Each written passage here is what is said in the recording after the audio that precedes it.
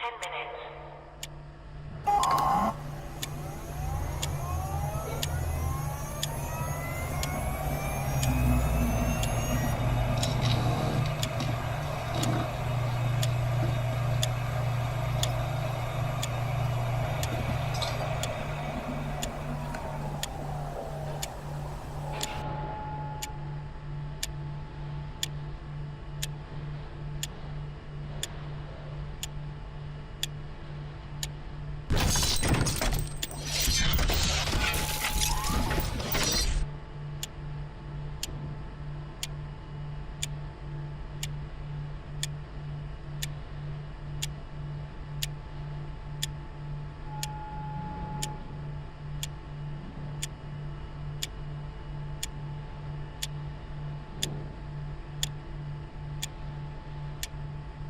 T-minus 9 minutes.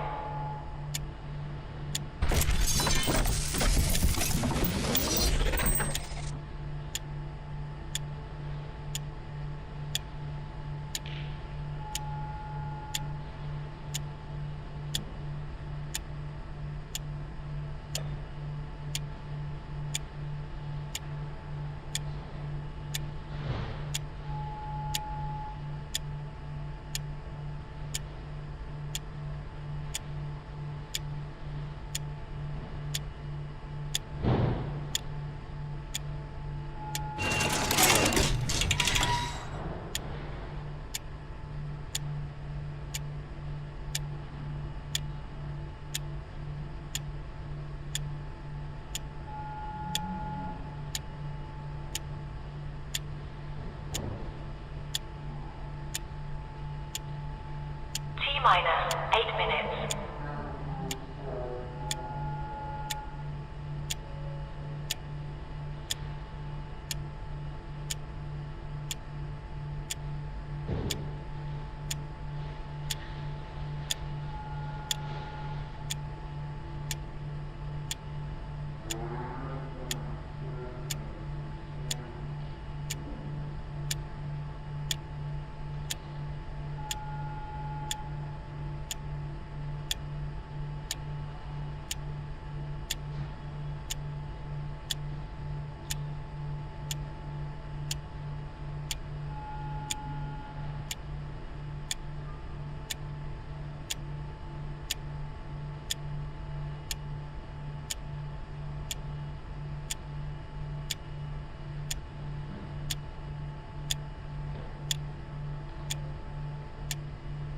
T-minus 7 minutes.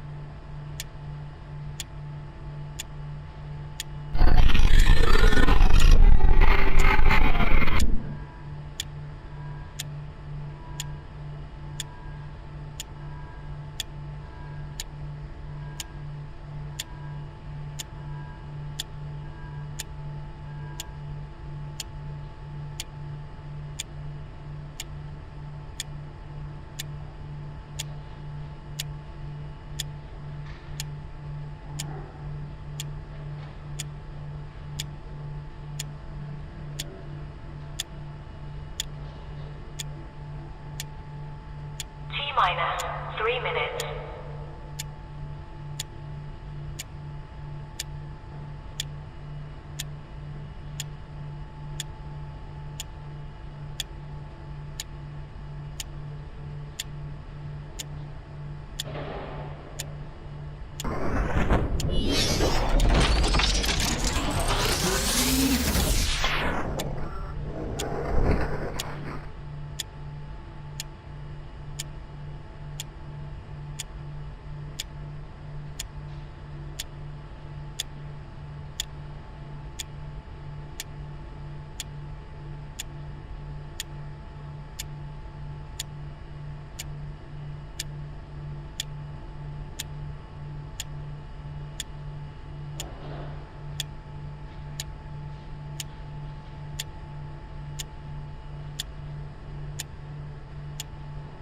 T-minus 2 minutes.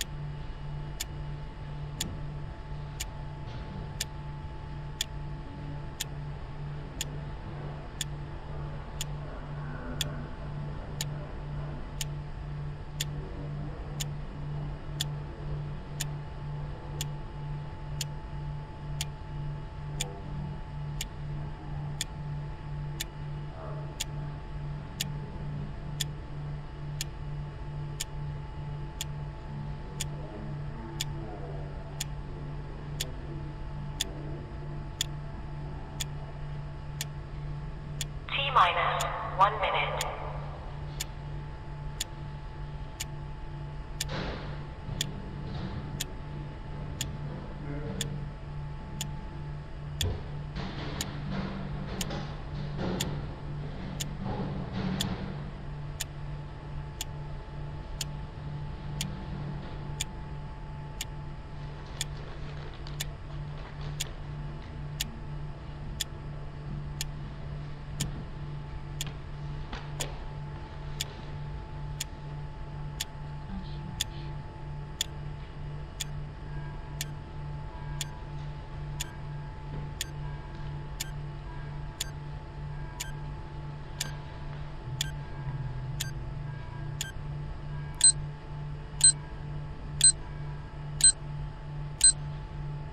Stand by.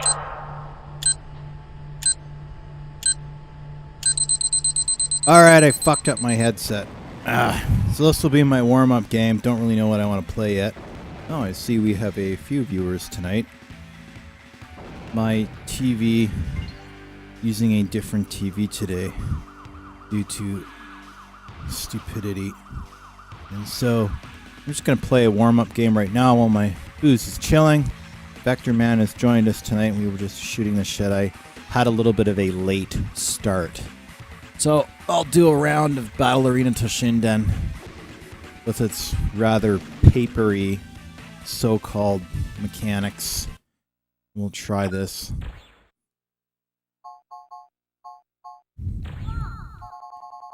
I honestly find that the mechanics of this are a little on the sloppy side, but at least it's different. It's like these characters, they're made of paper. They have absolutely no weight. This game is absolutely a button masher. There's no two ways about it. I didn't even do anything and the guy got a ring out. What kind of fucking game, you know, when you're like way on the other side of the fucking ring and then you get a ring out? Like, how exactly does that work? Like, how stupid is your AI, even in 1996, that the guy just backs up and backs up and backs up and backs up and he rings himself out at like 200 yards? Like, what kind of moron? Like, that... He just rings himself out. There's no pleasure in that sort of a victory. That's like having a battle to the death and then and then finding out that the guy tripped and fell backwards off a cliff, and that's how you got the gold medal. I don't know about you, but I don't. It's like, hey, you're the winner. It's like, yeah, because my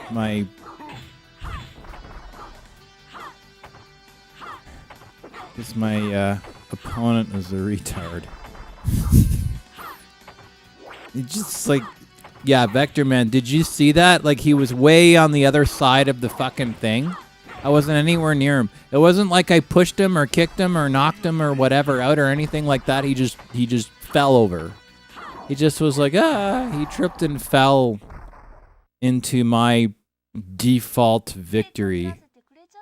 Or whatever the hell you want to call it. Like, that is just so totally fucked. It's absolutely fucked. I don't really know how else we can put this shit. This is just a warm-up game here, people. I'm just, I always like to start the night with a warm-up game while people are kind of buzzing in. Got a few people going on here. It's sort of the booze chilling game. Overdrivy.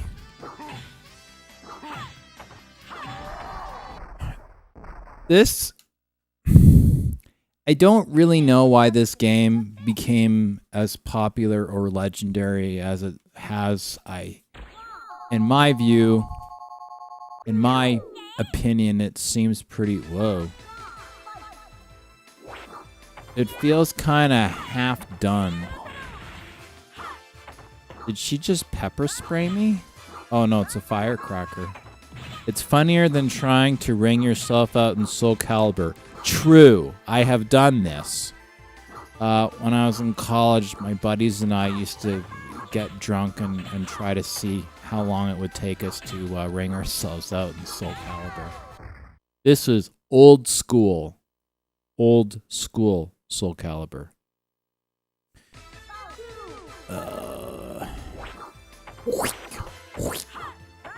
We got 4 viewers and only 2 of us are talking. I'm not going to make anybody feel compelled to speak, but everybody is welcome to chat in this chat. And even if you don't feel compelled to chat, at least hit the subscribe or the follow button. That would be awesome. These are fairly consistent views. Overdrivy. You have to try and wring yourself out. I wonder if I can... I should be able to wring myself out in this. It's very, very easy to do in... I mean, honestly, this game is not that hard. So we may as well... Because this game does not present... while I'm dealing with the AliExpress Zatanna over here.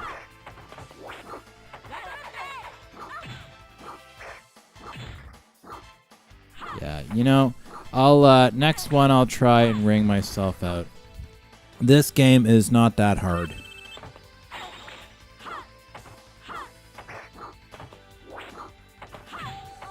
Yeah. So in Soul Calibur, yeah, no.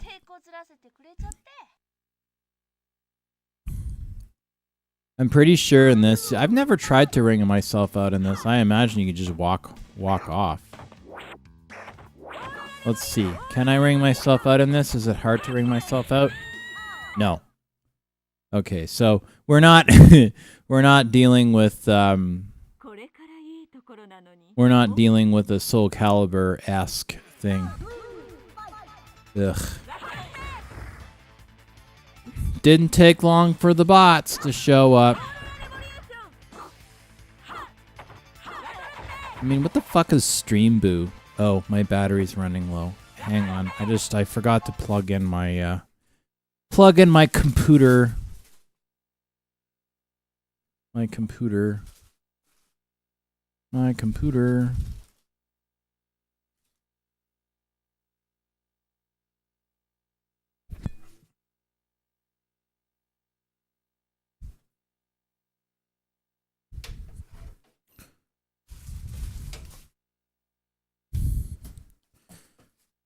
Ugh. I knew I forgot something. Get all this shit connected, and ends up being that I forgot to plug in my computer. Good job. Zero, get out of the way, will you? Ah, Jesus. Fucking cat. Ugh. This game, I'm also viewing through Kick just to keep the conversation flowing. Oh, that's good. Thank you. I don't know the third. I don't think Joe's on here yet. He'll show up eventually. It seems like so far we're averaging like maybe 7, 10 a night. I haven't really promoted this that much yet. Yeah, you're not helping. I'll start. Yeah, do you want attention? You could do it without killing me. That would be good. Zero. Here, you want attention? Then come on over here. Okay, too late, Zero. Yeah. The weird thing is I actually don't know how to promote live streams, which is odd because my day job is commercials and advertising, but I have no idea who or how to advertise a gaming stream to.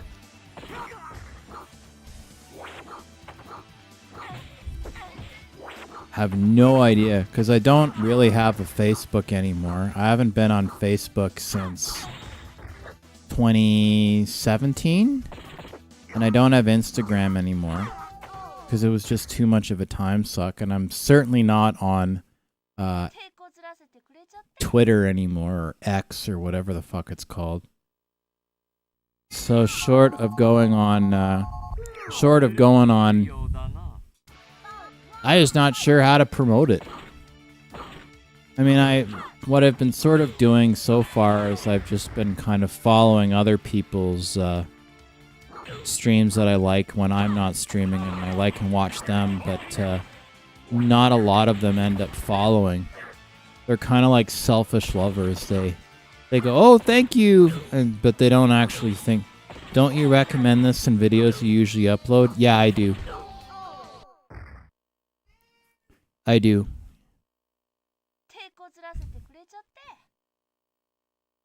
That's probably why we're getting the traffic we're getting. What's weird about this is technically this is a work channel, and I'm too lazy to set up another channel because I'm just doing it for fun. But what's weird is I've actually been getting some work as a result of having a video game stream, because I guess it makes me human or whatever. Actually, I was thinking about developing I was actually considering developing a game, Genesis game, because I was looking at the SDK for the Genesis, and it's Visual Basic Assembly, and I'm like, I haven't done much programming in quite some time, and I'm like, you know what? I could probably do this.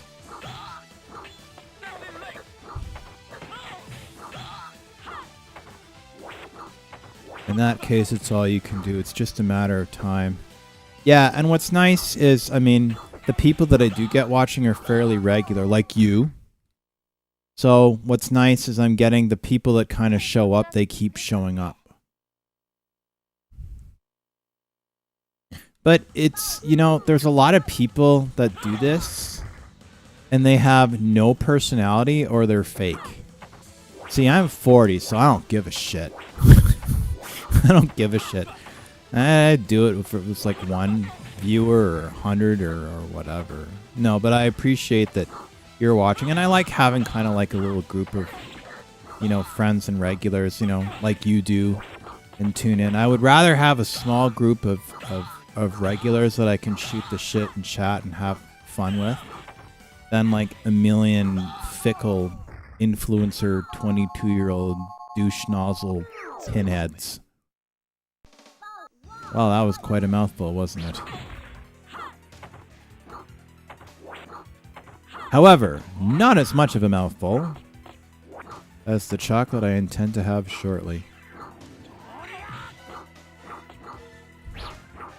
So Vector Man, what should I play next?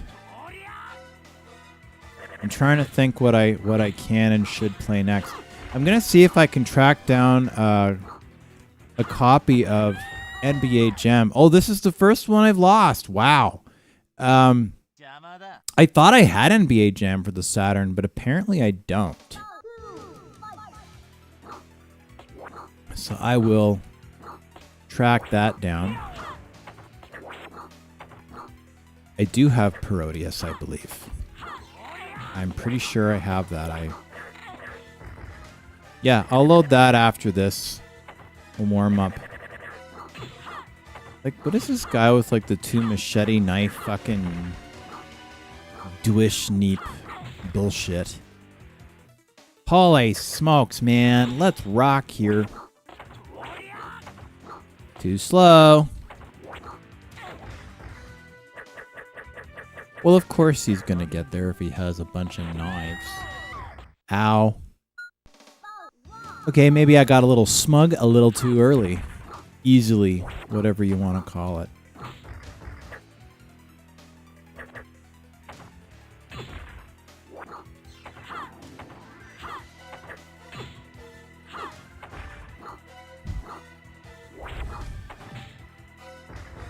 Ow.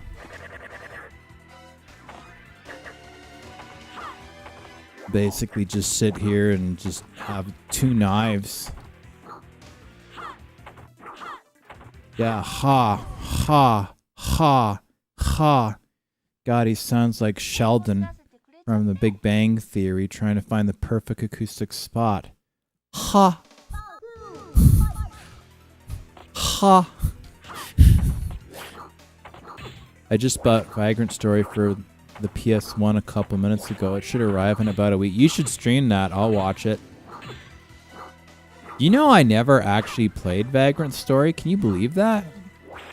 It was one of those games that was always kind of, I thought, would be really interesting. And I remember when it came out. But I never ended up playing it.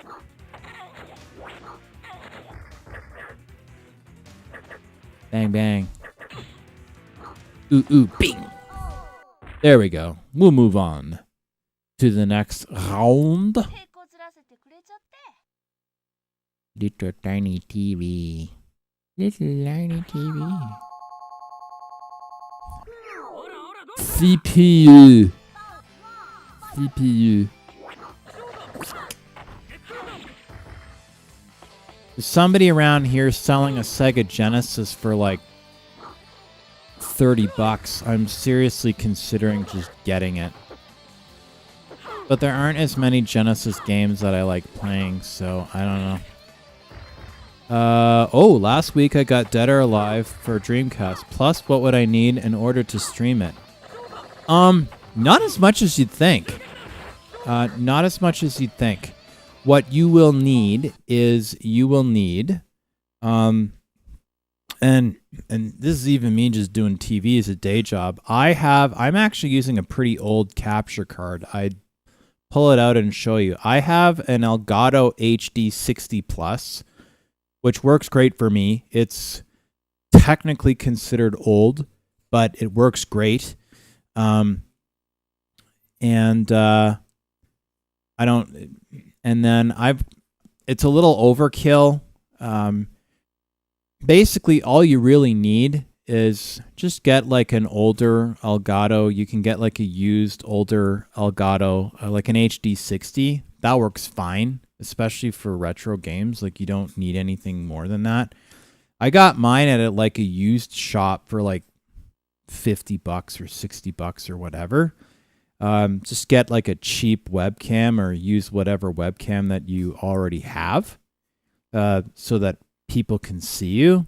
And then as far as a mic, you can pretty much use whatever you want. You could just use like one of those cheap, headsets that they have at Walmart. They sound fine. And then as you progress, I'll be your first subscriber. That's really all you need. And then you could just sort of start streaming the game to begin with. And I mean, I just have this streaming on an MSI laptop right now in my living room. I'm not doing anything particularly complicated with it, and it works great. I mean, because my day job is broadcast, I have some toys that I can use. So I'm using a. Actually, the funny thing is I can't remember the model number. Oh, I'll find it in the next, and then I'll write it down. So, but I basically have, this is the Shure headset mic. I think it cost me like $130 Canadian. So a little over $100, a little under $100 US, probably $99 or whatever. And then I have like a nicer audio interface, so it's nice and clean. But you don't need that. Just get an old Elgato HD60 or an HD60 Plus, and which you can get on eBay or whatever for next to nothing. You probably would be able to find one for like $30 or $40, I bet. Like, they're cheap as chips. And then, yeah, that's it. Just get an old Elgato HD60 or an HD60 Plus to basically plug your game into. And then they make like El Cheapo HDMI, RCA to HDMI converters, and you can get those for like next to nothing. Like, they have them for like $15. You could get them for probably $10 on Amazon. And then just get like a cheap headset and use a cheap webcam. That's it. That's all you need, man. That's literally all you need. And I'm just using my iPhone as a camera, and then I have it running through Camo, which I'm actually going to start probably using a proper SDI camera. Like, I'll use like an AI camera that has an SDI out, but that's something that I'm going to be using for work. So because I'll have it, I may as well use it here, because I've noticed that as good as Camo looks, it has a little bit of difficulty, particularly with Restream, sort of keeping on top. Like, you get the odd jump. But it's fine for now. It gets the job done. So yeah, I would just get like an El Cheapo Chinese RCA to HDMI adapter, so that you can actually connect your PlayStation to, HDMI. And those are cheap. Like, you can get them on Amazon for like $10 or $15. Get a used Elgato HD60 capture card. You should be able to find one of those for like $30 or $40 American. Like, you don't need the new Elgato ones. They're honestly not necessary. These are perfectly good. If you're doing retro, you kind of don't need to be in 4K. And then just use a cheap webcam, and then just use a cheap headset mic. And there, you basically get everything you need for like under $100. Wouldn't I need a splitter in order to capture through laptop while playing off a CRT? With the Elgato, no, you don't.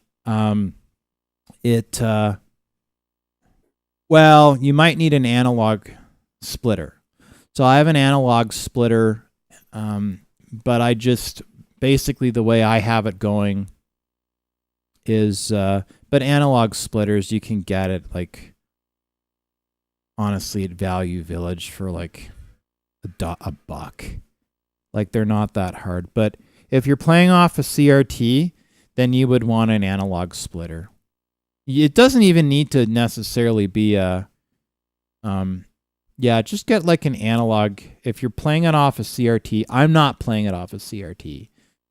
I'm just playing it on like an LCD monitor. So what I have is, I have the cheap, I have like a cheap RCA to HDMI adapter, and then and then the HDMI is going from that to the Elgato, but the Elgato has two outputs, or has an extra output.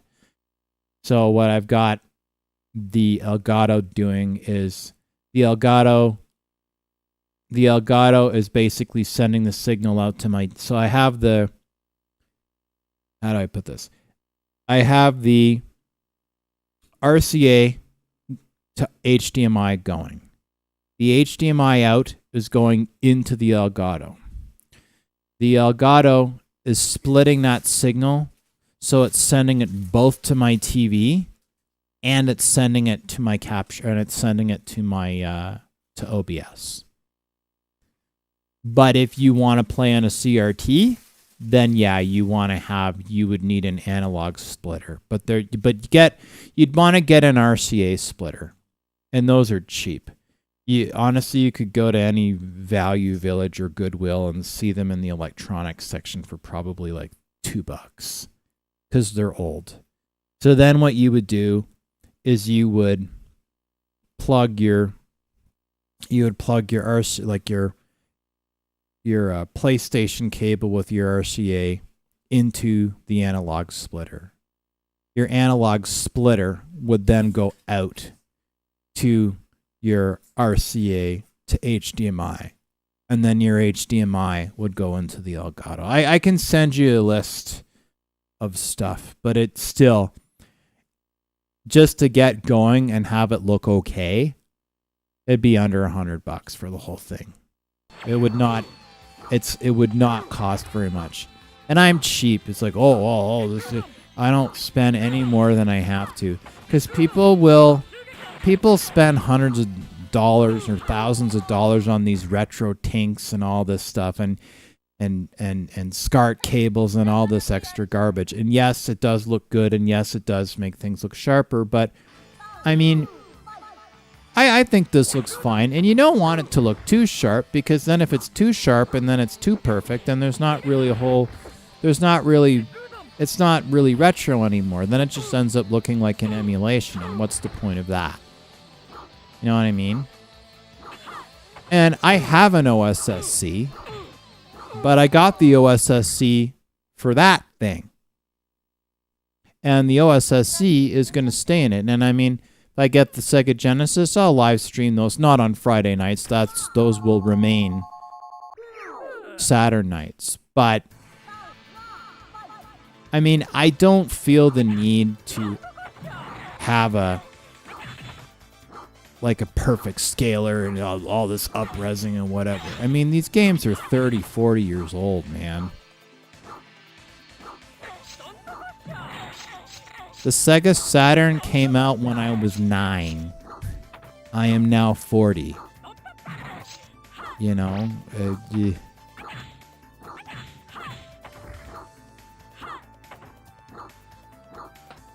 Champion 2 wins.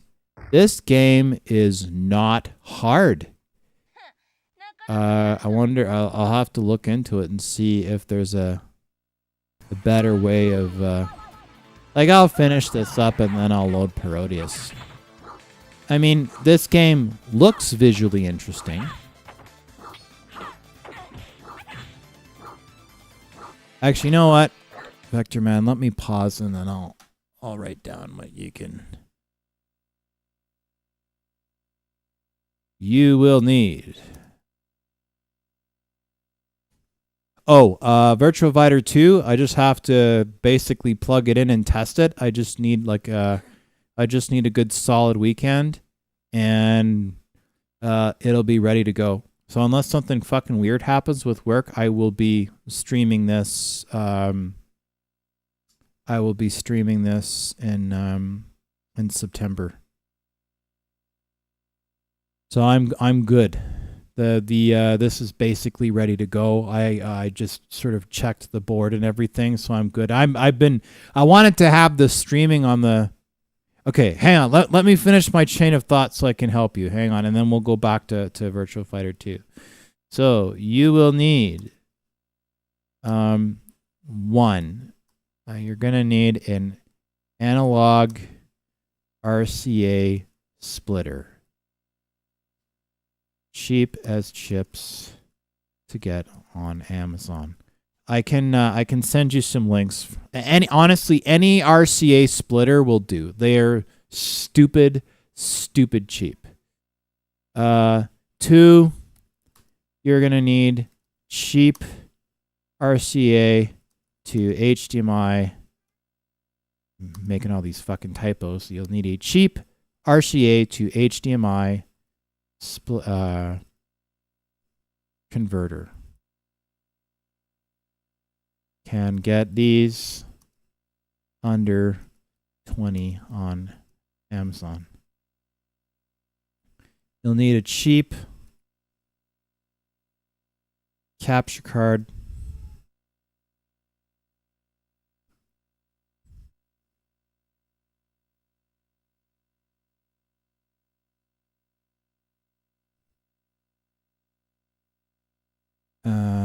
Elgato HD 60 Plus works great for me and can be found cheap used, eBay or whatever. Cheap USB camera is fine. Cheap headset from Walmart is fine for Mike. So that should do you. Yeah, the I just have to I basically just have to plug it in. I just have to pull that out and then adjust the main and then just plug the cable in the main board. I already have the splitter ready to go. I have another Virtua Fighter 1. I mean, so I basically have everything ready. I need a solid weekend where I don't have to do working. Yeah, so there you go. So you don't need to worry about the headset. And any cheap piece of shit camera should work. If you have an iPhone or a actually, you know what? You probably don't even need to get a USB camera because you could just use your phone. So if you've got an iPhone, you could just use Camo. And if you have an Android phone, you can honestly just dial in to OBS as like a virtual video connection. It doesn't even necessarily have to be through the USB. But I would recommend tethering it because then you have, yeah. And I'm using an MSI here that's a couple of years old. It's an older model. I got this one in 2023, I think, 2022. And it works great. So you can't go wrong with MSI. The only thing about the MSI is make sure that if you're using a laptop, they don't use the most amazing components in them. So they do have a tendency to overheat. As long as you have it in a well-ventilated area, you should be fine. But there's a lot of junk in the trunk with the MSIs, so they're pretty powerful machines. I'm on an MSI right now. I'm using an MSI right now. I tend to prefer Asus because they use higher quality components. That having been said, a direct correlation of higher quality components is a higher quality price, but you can mitigate it. And right now, as I say, I'm on an MSI laptop. That's what I'm using. An MSI laptop from 2002, and it works just fine. And if I weren't using Camo for the camera, I would have silky smooth if I were running it through SDI, through an Ultra Studio. But honestly, for most streaming purposes, that is complete and total overkill. So yeah, I would say if you have, well, what kind of phone do you have? If you've got an iPhone, just use Camo. Camo works great. It's amazing, and I think they have a free version that works pretty well. I paid for Camo, but the nice thing is it's an in perpetuity license, and I paid like $50 Canadian or whatever, or something like that. Or I don't remember what I paid. It was well under $100, and I only had to pay it once. And it works for everything. I'm very happy with it. I use it for work. I use it for bullshit like this. I use it for all kinds of stuff, and I'm very happy. But you certainly can just as easily set it up in OBS as like a browser source or whatever, and then dial into it. The only thing is if you want to do it virtually like that, yeah, get the external cam, because even though you can do it,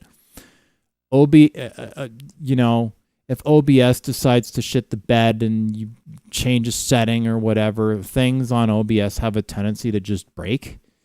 And so I don't tend to change stuff very often with this for that reason. When I do broadcast, like professional broadcast for work, like I don't use OBS. When we do like a TV thing, I don't trust OBS. OBS is good for testing. I'll have a laptop with OBS so that I can kind of check it and see what's going on with it. But I would not use OBS for mission critical television work. But for this kind of, not that it can't do it, it can. It's just because it's open source, because there's so many things that can break and so on, Microsoft updates tend to break shit. Yeah, and I have had the updates fuck up my OBS again and again and again and again and again. You know, and then you go on a forum or whatever, and there's always some like overbite 20-something, you know, when it's there for your protection. It's like, fuck you. You do not have, you know, $500,000 worth of infrastructure that needs to drive on this stuff. You're sitting there eating cookies in your mother's basement. Shut up.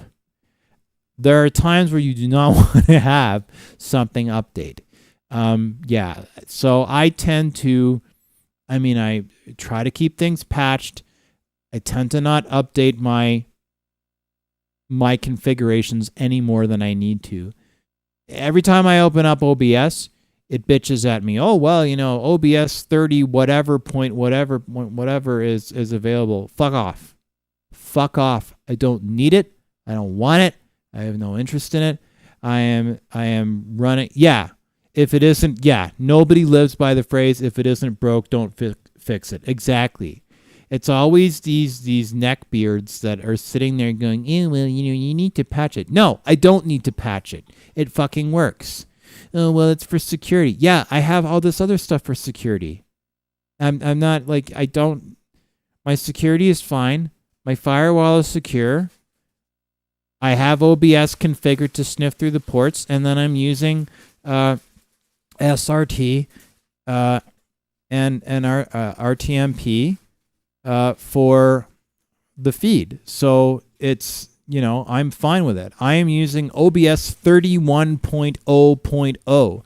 And the only reason that I upgraded to 31.0.0 is because I wanted to use the advanced scene switcher. So I had this nice fade in between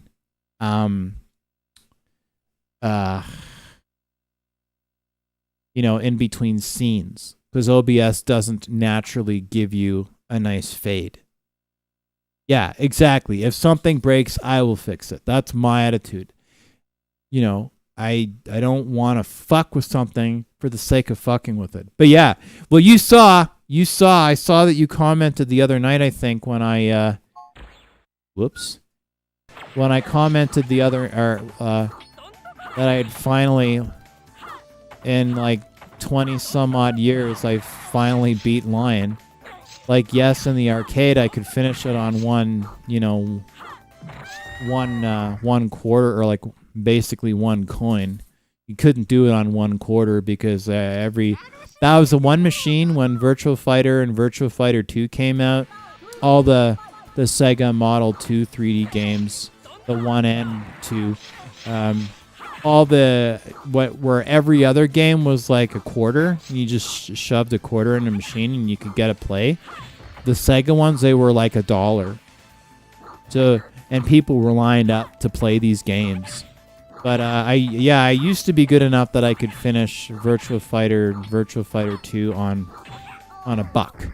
But I'm not 9 anymore. I'm 40, and you have to spend a lot of time to play these games to get good. So I was basically getting cock blocked every time I hit line, and I'm like, that's fucking blah, blah, blah, and then it ended up being that I finally, because I was getting $1 in the 90s, yeah, in 1994 or 95, Virtua Fighter 2 cost you $1. Well, at least in Canadian arcades. It might have been like 75 cents or 50 cents in an American arcade. But every other machine, it was like a quarter. Same as an American arcade. Pop in a quarter, play your game, off you go. But Virtua Fighter, Virtua Fighter 2, Virtual Racing, Virtual On, Virtual Cop 2, yeah, it was like $1. $1 a play. Star Wars Trilogy Arcade was $1. And people were paying it. I was paying it. And my mom used to bitch me out. Why are you spending all your money at the arcade? Because you keep giving it to me? Yeah. Well, the 3D games were new. All the Model 1 and Model 2 Sega arcade, 3D arcade games were $1. So Virtua Fighter 1, Virtua Fighter 2, Virtual Racing, Daytona. Whoa. That was weird. My TV just sort of borked for a minute. It just went pwah. The video feed on the... I didn't see anything weird happen on Dance Dance Revolution, yeah. I don't remember. I think Dance Dance Revolution was a little bit more normal because by the time DDR came out, 3D was nothing new. But you have to remember that in 1994, fully 3D polygonal... Okay, I'll take that one for the team, I guess. In 1992, 1993, nobody had seen fully 3D shaded games before. That was new. Everything was 2D. There was no 3D anything unless it was just a wireframe. So, I mean, now we look at Virtua Fighter 2 or Virtua Fighter and you know, we laugh at these kind of square slab men kind of graphics where they look like they're made of cubes and the same repeating animations and these weird looking cars or whatever. But in 1992, all of that stuff was new. Nobody had seen anything like that before. It was magic. Even Super Mario 64 in 96 at home. Like, you know, we were going out of our minds because we had never seen 3D like that before. We were not used to it. Nobody had ever, yeah, absolutely. It was huge. It was absolutely huge. Huge. It's really, I don't think one can really overstate. It's hard. It's hard to kind of really articulate that. It's hard to really get it across if one wasn't there. Because you go, oh, well, you know, there's 2D and it's cool and retro and there's 3D. Everything's 3D now. But you got to remember that nobody had ever seen that before. None of us had ever seen that before.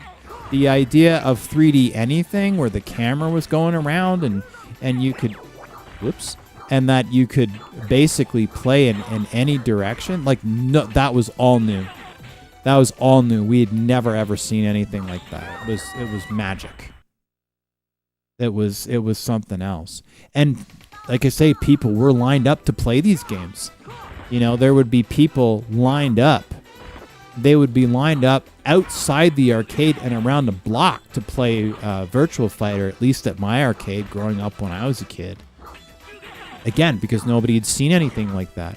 Line up for Virtual Racing because nobody had ever seen it before. It was huge because nobody had ever seen anything that was 3D at all. It was... The idea of having a camera spinning around and you could see this guy in his fucking blocks, man. Face the right direction, woman. There we go. I was doing so well. Not. But yeah, I mean, I suppose in a way you could say that it felt more special. I mean, there was internet, but Not like now. You couldn't just download shit and play it. That's one of the amazing things about now, but it also, in a way, makes everything feel less special. You can get it anytime you want. You can... So I think maybe the retro resurgence... And there's a lot of people in their 20s that are enjoying retro games. I think it's just because it's sort of different, which is good. It's not a bad thing. Yeah, born in the late 90s. I caught the tail end of the arcade scene, and this was just cruising... Yeah, cruising USA. That's got a little bit of a spirit to it. Whoa, what is going on with this TV, man? I'm using an old TV and just decided that it's...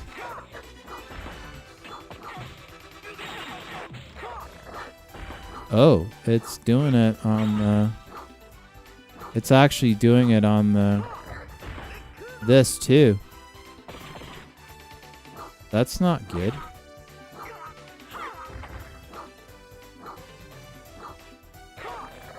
It's like it's getting light and dark. Yeah, Mario 64. Probably because they would just... Whoa. I wonder what's going on with this.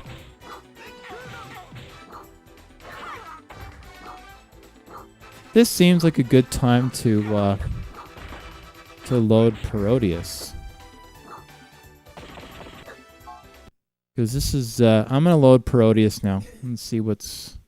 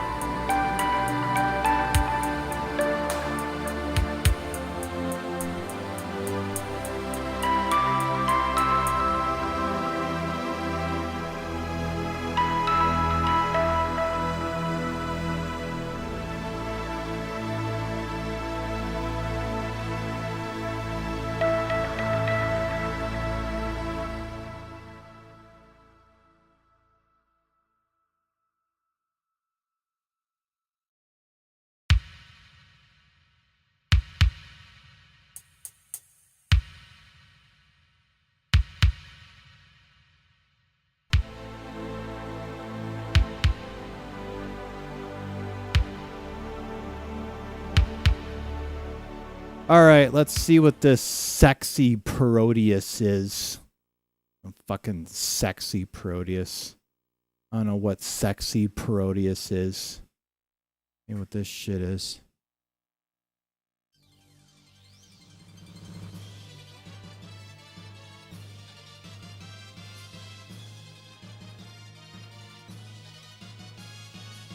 Is this the game you were thinking of, Vector Man? Because this looks pretty fucking nuts. What the fuck is this?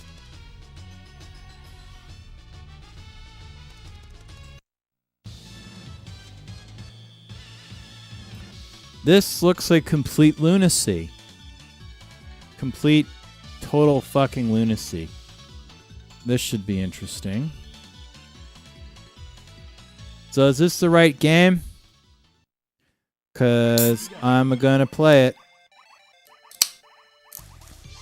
So I'm an amoeba firing bubble gum in front of historical Japanese brush paintings. Okay, sure. That makes perfect sense. Why the fuck not? Let's try this shit. Vic Viper Missile Double Laser Option Shield.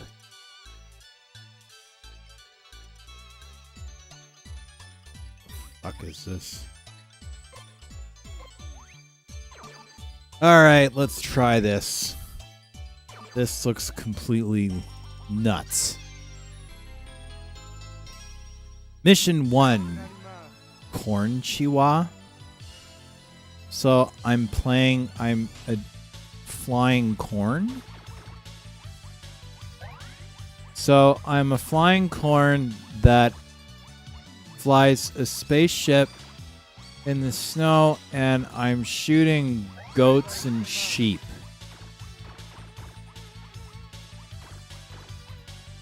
I know farmers overwork during harvest season, but this seems a little bit more than the farm mental health hotline can help with. What the fuck is this? There's like a...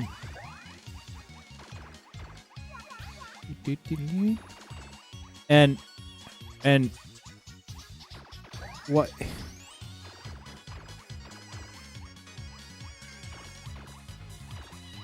What the hell? And this is like an American classic tune. American Patrol from like...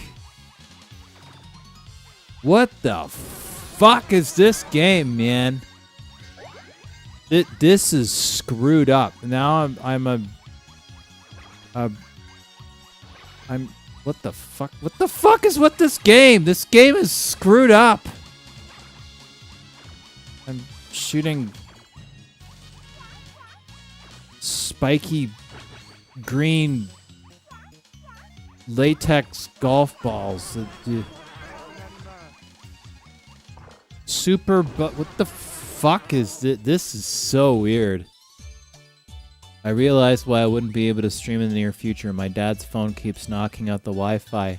Is that the reason you can't stream? Baba Black Sheep. Yeah, this is fucking weird, man. This is weird. This is weird by Japanese standards. This is... Whoa. Smart. Okay. Okay, man.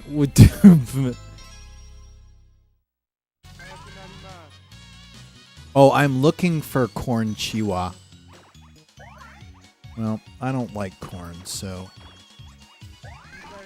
So, I'm dropping bombs on flowers and shooting flying squirrels, trying to shoot bells and upside down flowers, and while it's playing American Patrol, while I'm flying a spaceship, and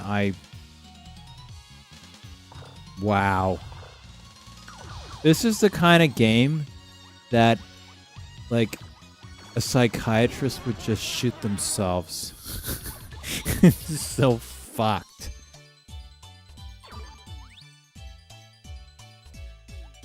And you know what? I don't know what they were smoking when they made this game, but this is look at this fuck. What the fuck is this? Oh, I'm shooting a giant corn. Why am I shooting a giant corn? And this corn is happy that I'm shooting him with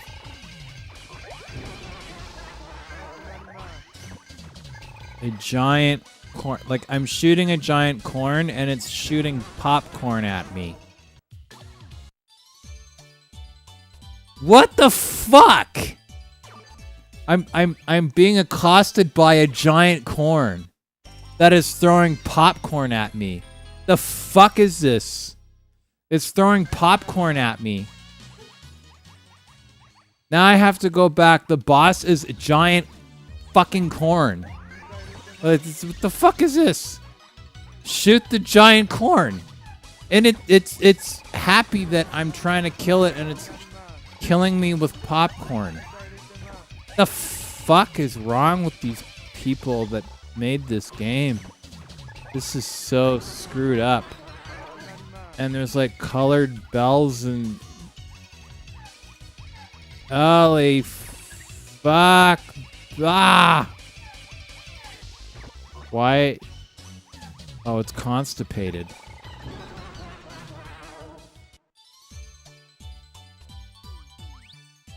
Okay. I don't really know what to say about this. This is beyond fucked.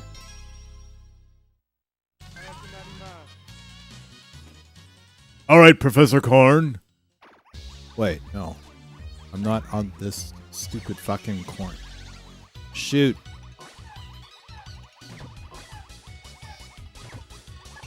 This is so fucked up. I love how screwed up it is. This is giant corn? So why is it... Ah! You know, for a giant corn, it's pretty fucking hard. What the fuck? This is so totally fucked. So, what'd you do Friday night, Corey? Oh, I battled the giant constipated corn that throws popcorn at me. Were you stoned? I wish I were. This is so fucked. And the worst part is this is the biggest challenge I've been facing battle-wise in terms of retro games all night. That I'm fighting a giant corn. And one piece of popcorn and I'm dead? I know popcorn is deadly in the bedroom, but... Wow. This is, this is something else. I don't know what the hell they're on, man. Giant corn.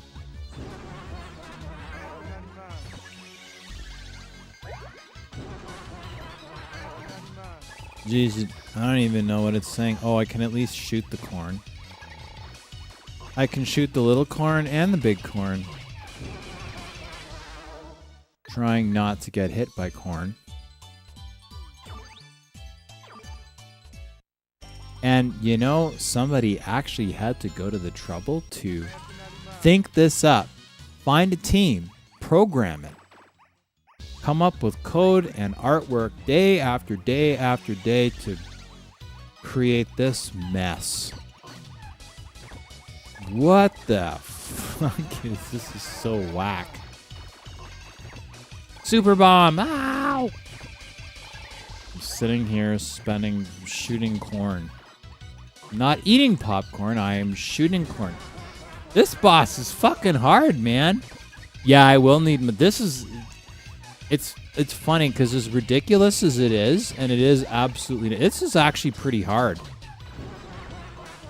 Like you do not. They don't give you an inch, man.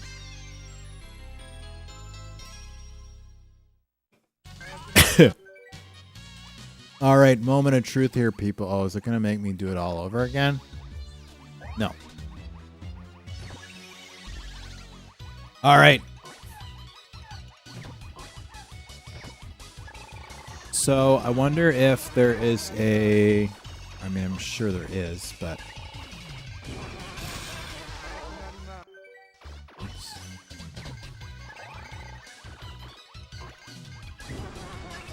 Oh, really?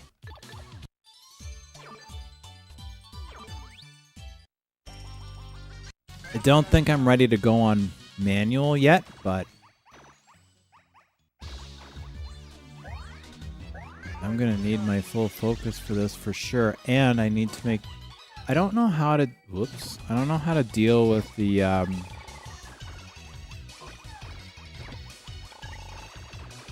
oh.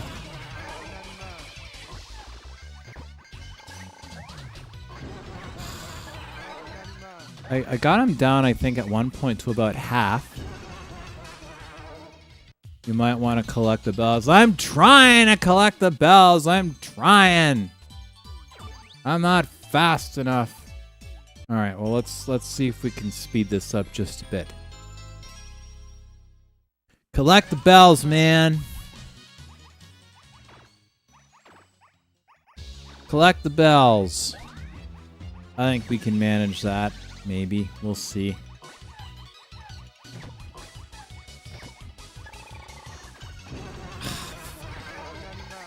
Damn.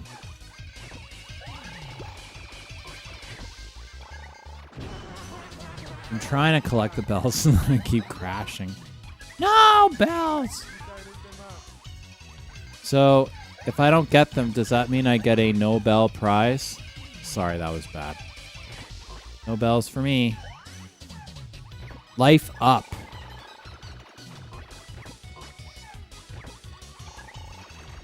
Die!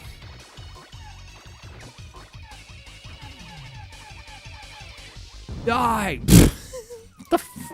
And there's like a fox in it? What the fuck? It just blows up and then there's like two girls in bikinis with cat ears and a tail. Yeah. Sure. This all makes perfect sense. Wow. This is pretty fucked.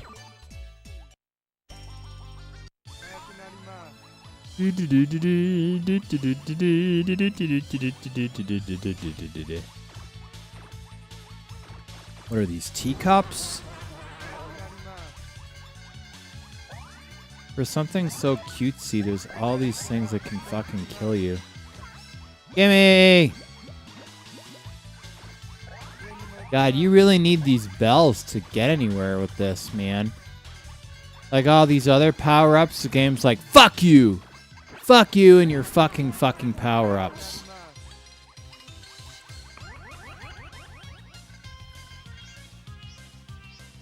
Whoa. Oh, those aren't enemies. So you just, so I can swim? What in the sweet fucking, what the, whoa. This is so fucking weird, man. Okay, sure. Sure. We'll go with this. We'll go with this. Okay.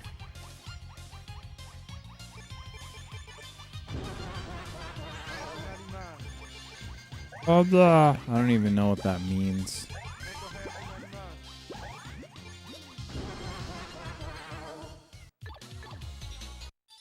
Please continue. Sure, why not? Why the fuck not? Let's try this again.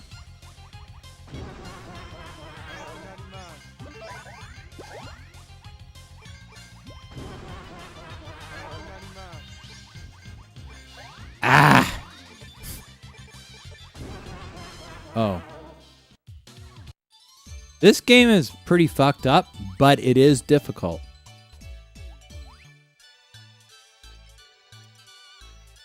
That seems to be, though, a sort of theme in Japanese games.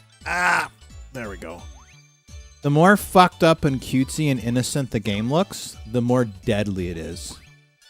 It's like, oh, look, there's cute, happy, fuzzy things that are bouncing up and down and have a smiley face. And then you play the game and it's like, just sort of how it seems to go with this shit.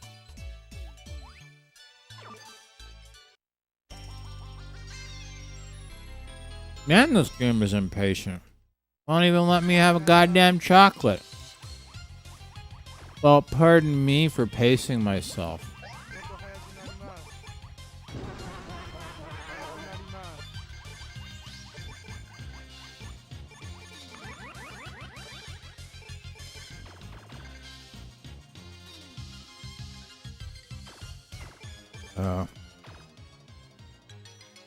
Why isn't it letting me? Oh, now it's letting me shoot. That's one I love about games like this. Yeah, it's fucked, but it's challenging. I was saying, it's what I think. I find the more fucked up and cute the game is, if it's Japanese, the more deadly and difficult it is.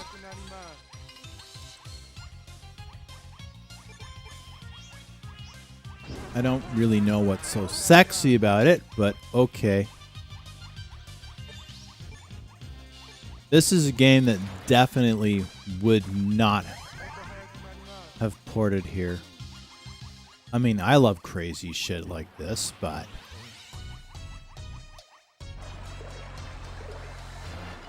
So it's a bird with a giant toilet on his head? Like, what the fuck?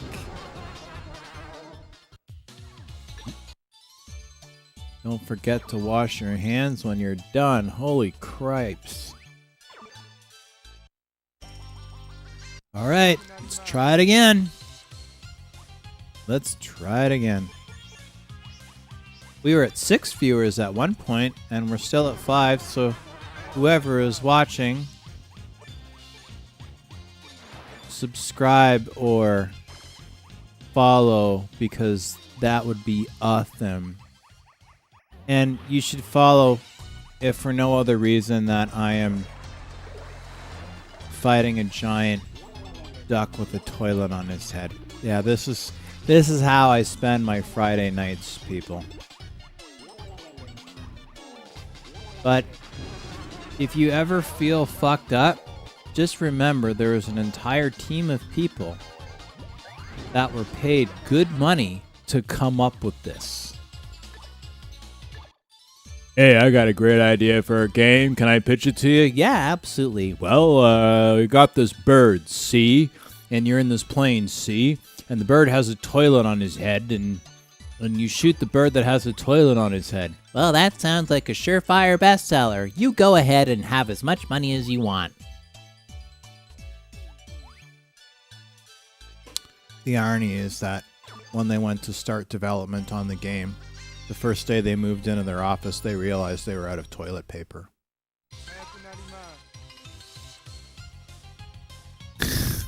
Oh yeah, this is so completely fucked. It's worth it. I don't give a shit. Oh, this game is so inappropriate. It's Japan. You think that you're gonna get a normal game?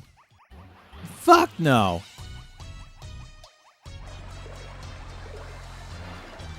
The one thing I don't get, though, is you ever notice that all of these games, it doesn't seem to matter the genre, they all keep blinking press start? It's like, why does it want you to press start when all it does is pause the game? I can understand it in certain games that give you options. That I get. But it just blinks, press starts, just so that it looks like there's something blinking in arcadey, but it doesn't actually do anything of use. Okay, well I can shoot these, that's good. Did you finish this game, Vector Man, or did you, because I'm assuming you did. This is so fucked. Press start. Oh, press start is for player 2. Okay. I has only one player right now. Mission incomplete. What'd I miss? The mission was incomplete, but it still lets me continue. I don't get it, but okay, sure. So this is like this. I don't have a Saturn and I've never played this. Oh, I guess you saw like a playthrough or something and we're like, well, that's fucked. We should try that. I would. I look and see what other people are playing and I go, that's kind of cool. Maybe I'll see if I can find that. I have so many games in this box. My PS4 has basically just, sorry for the burping, it is carbonated after all. Yeah, I've just been sitting here. Like my PS4, I haven't played it in quite some time. I've been so busy playing this. And I've had the Saturn, I guess, about a year now? A little over a year. Yeah, because I got the... I think I got the arcade... I think I got the Saturn... I don't remember if I got the Saturn before I got the arcade machine or after. What? But it was pretty... It was pretty... So I've had both of them for about a year. Because I got the... I got the arcade... I got the arcade machine. I got that from Edmonton August of last year. Man, it feels so different. Like, I don't know where the time goes. Unless you wake up and a year goes by.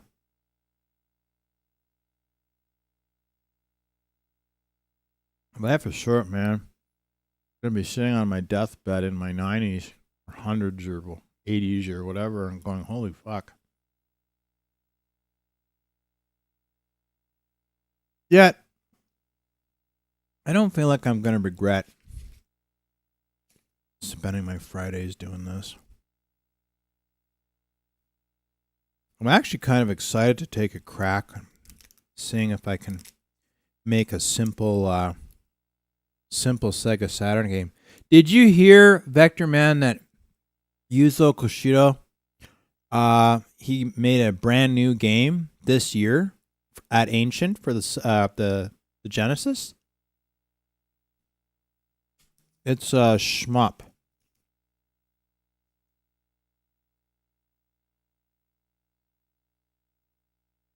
Looks like fun.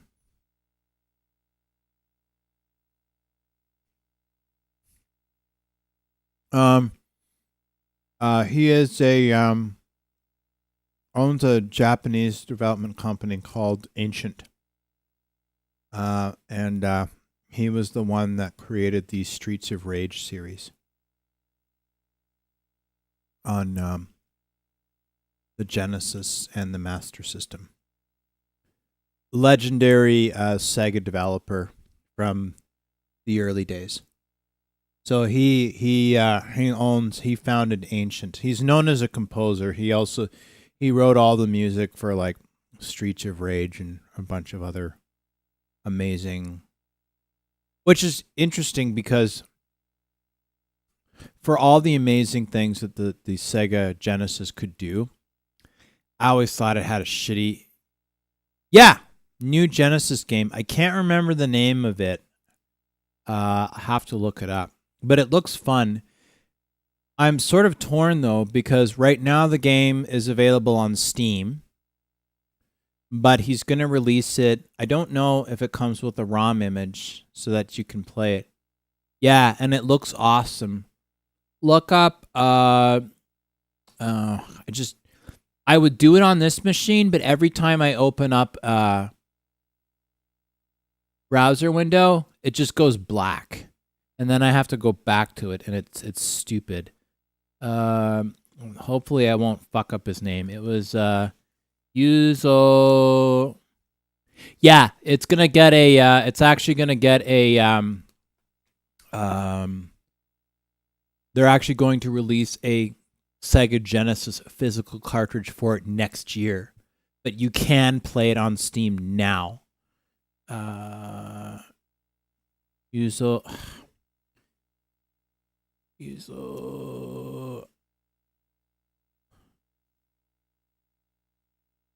Hopefully, I'm not fucking up the spelling of his name.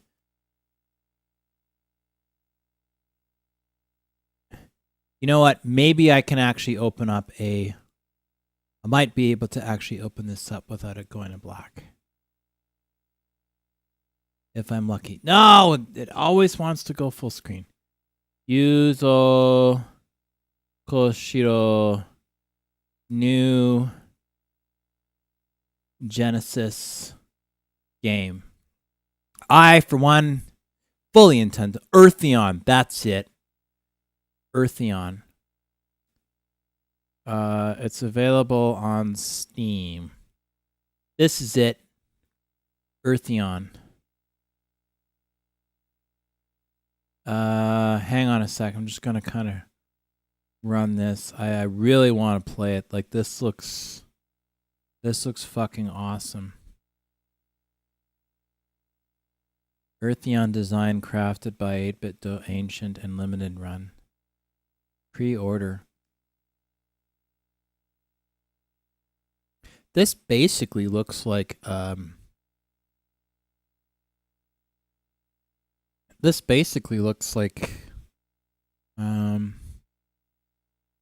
digital edition July 31st on Steam. Standard edition late 2025 and collector's edition early 2026.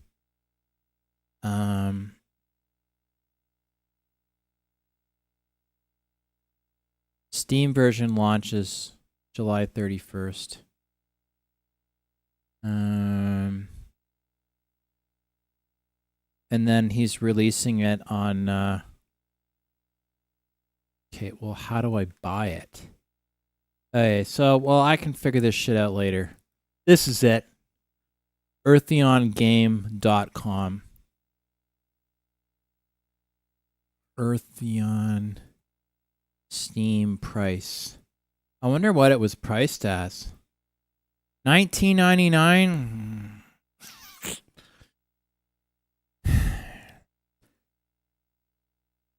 I don't doubt that.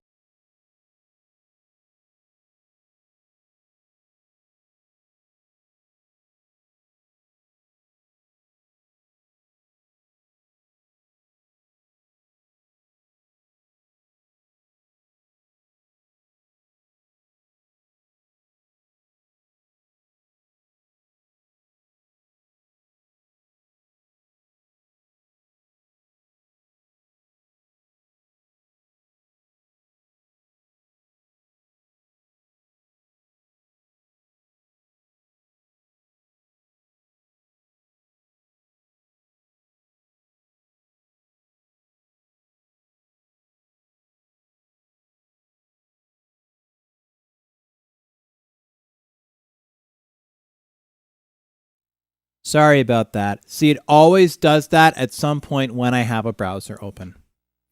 Fuck. I thought that maybe I had it licked.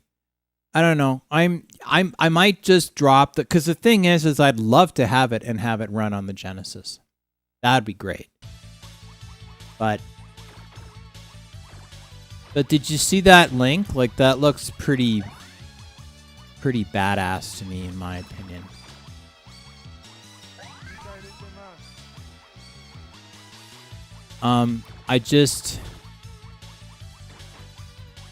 The question is do I want to spend the 30? Do I want to spend the $30 on it? Do I want to spend the $30 on it on Steam and then buy it again next year for my or do I want to buy it again next year for my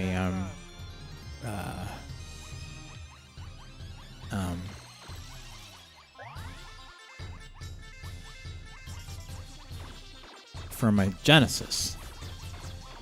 But you know what? I think it's more about supporting. That's the other thing. Can you really call Ancient an indie game? It's a boutique company, and Yuzo Koshiro is a legend. But I don't know if you could really call it indie. I guess it kind of is. My thoughts are maybe you can't get too precious or cheap about a video game. You either want to play it or you don't want to play it, and it's that simple, I think. I think that's really all it comes down to. Well, we had 7 viewers on the stream so far.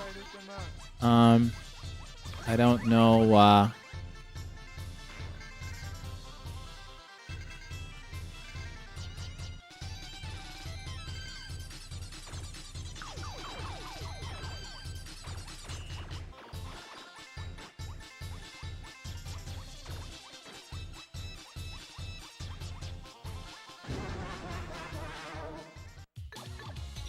I've actually been thinking about getting a Stream Deck, or Steam Deck, sorry. I haven't done it yet, but all the various things I can do to it, with it, seem to be very attractive.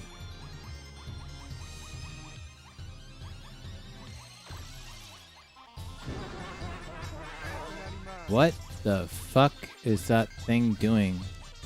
He's just banging his head against the wall. I'm not quite sure what exactly it is that he is doing. Fucked. Fucked.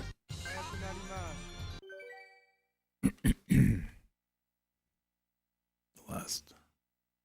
Oh, I finished the chocolate. Yeah, I don't know. I'm leaning towards grabbing it and playing it. Choking on my chocolate here. I don't know. Yeah, you see it. What? I don't know. I mean, if I were to drop the $20 or the $27.99 for me, it would really be, I guess, for streaming purposes, I suppose. Although I am very interested in playing the game because I want to see how it is. But at the same time, my guess, truthfully, I haven't really done a search with it. But my guess is that there's already been the influencers and all the, retro gamer guys, have already played this thing. And I've gone, well, we have reviewed this game, and here are all the stupid fucking pointless things that we're gonna bitch about to be dickheads.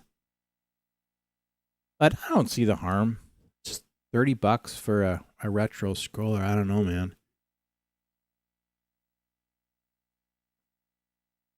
If I did an indie game, even if it were awesome, I would probably make it available on Steam for free, on Steam for free for a week or two, and then if I got decent downloads, then I might charge $2 or something just to get people downloading it. That having been said, I'm not Ancient, so even if I had a popular game, I mean, this guy was making video games before I was born, and I grew up playing these games. Here's an interesting story, and stop me if I told the story before. And it's interesting because I was talking about these kids now that are playing these retro games that were around long before they were born. The local GameStop had one of these, arcade machine things, and I was playing. No, he doesn't age. He looks great. I hope I look that good when I'm that age. Yeah, I was at I was at a GameStop, and I was playing Streets of Rage on one of these, multi-arcade things that they had. And this kid comes up to me, couldn't have been more than 10 or 12. And I had to do a double take because this kid looked like he was straight out of 1993. He would have been the age that I would have been. And he had the big, long Kurt Cobain hair, and he had the jeans and the look.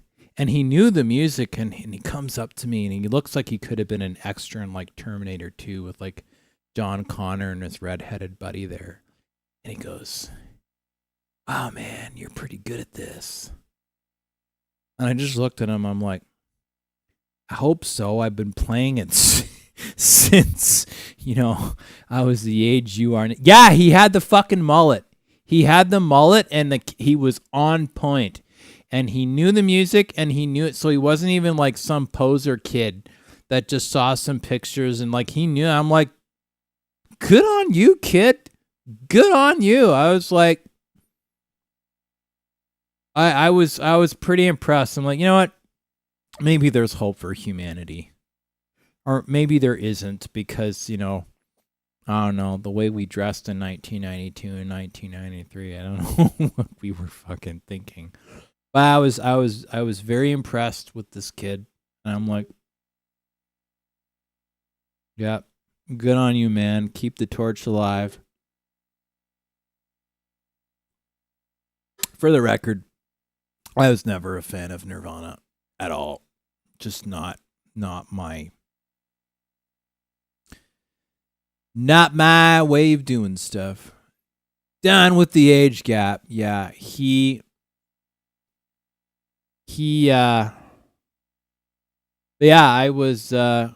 got a kick out of this kid, and he was on a 1993 kick, and he had the look, and he had the spirit of it. And he definitely he would have been a Sega kid. I got hauled into the principal's office all the time because I was one of the kids that I had a Game Gear. The Game Gear was new, right? So everybody else that had one, they had a Game Boy, and I had the Game Gear. And I used to get busted because I would charge. The kids were like, "Oh wow, you have a Game Gear. Wish I could play it." Oh well, you can play it. All you have to do is give me $2. And I got busted in the schoolyard for charging kids $2 to play my Game Gear for 5 minutes because I was being an asshole. Yeah, it's like I probably made like $400. So, hey man, and the principal never really pushed it. I learned early on, and I say this to people all the time: if you can make the principal laugh, you're good. If you can make the principal laugh and the principal likes you, the teachers can hate you with all their fucking might. It does not matter. Yeah, I was a hustler. I was a little shit. It's like, oh, well, if you can't afford the $2, then, well, little Timmy has a Game Boy. Well, I don't want to play the Game Boy. I want to play your Game Gear. Yeah, it's like, well, if you want my kidney, I highly suggest that you come up with $1 million. No, so I was, yeah, I don't know. It was not, it was, yeah. Because, again, and I know I've mentioned this before, my brother and my dad were always hogging the Nintendo, so I never got any time on it. So the odd time, if I was lucky enough to be, have the good fortune of having like 2 minutes on it every 6 months, I would just get annihilated, because my dad and my brother were not hugely sportsmanlike. I never got any time on the games, so my mom basically was like, well, get Corey the Game Gear because, he never gets to play. But then what ended up happening is my brother would never play any of the games that I was good at. The only common ground that my brother and I ever had with video games was we would play Super Smash Brothers. The original Super Smash Brothers for the Super Nintendo, you hear these fucking kids talk about, oh, well, I play the retro Super Smash Brothers on Wii or whatever it is. That's not retro, you fucking tool. 64 is the original Super Smash Brothers. So, but yeah, other than that, it's like, oh, wow, let's play Halo. And all I ever heard was, yeah, on the 64. Yeah. You hear kids talking about, oh, well, you know, the retro, on systems other than the 64. It's like, no. That was the OG. But, I mean, playing Halo with my brother, the original Halo, you know, you have to memorize the maps, because if you don't know the maps, you're dead. So it was always, all I ever heard was like every 2 seconds was, killing spree, lost the lead. Not that I ever had the lead to begin with. It's just like, you know what, bruh? This is not my sandwich. Not working for me. So, not the way I want to do shit. So, I essentially became a Sega kid.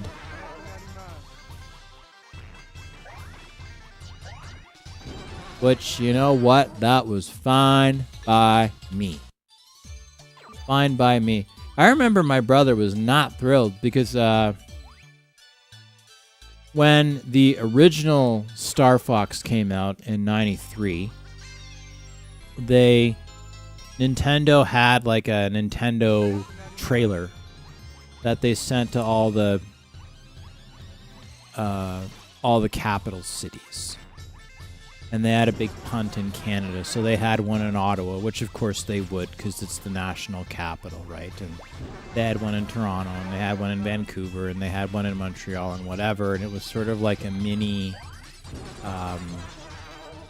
Nintendo Championships. And if you got a certain score, I mean, it was really meant to promote the game because the game was new. And I actually ended up getting a high score, and then I got a pin and whatever, and but it was I was pretty good at that, but I never fucking got to play at home because my brother and my dad hogged the Nintendo all the time. At any time I wanted to spend like 2 minutes, and it didn't. Our NES didn't get any time to play on it. The only game I ever really played on it when I did was Double Dragon, which I really enjoyed, and I still do. You know. But yeah. Just like from the movie The Wizard. Yeah. Yeah, that was the one. I had my my Star Fox pin, my winning or honor, whatever it was, pin. And I don't know what happened to it. I had it pinned on the stuffed. I had like this sort of stuffed Dalmatian puppy toy that I used to keep on my shelf, and then I would put my pins that had sentimental value on it. And somehow I managed to hang on to this pin, my Star Fox pin that I got in like 92, 93 or whatever, and I never lost it. And I don't know what happened to it. It's probably around somewhere. I probably have it in a box in the cottage or something. I don't really know. Like, it might still be the cottage in the place in Jansen, but in a box like my house in Jansen somewhere. But yeah, but I don't know where it is. So am I fighting Medusa?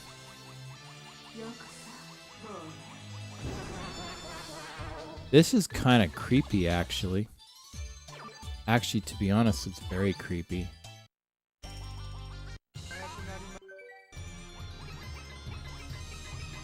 So now I'm blowing up Parrot or Uncle Sam plush.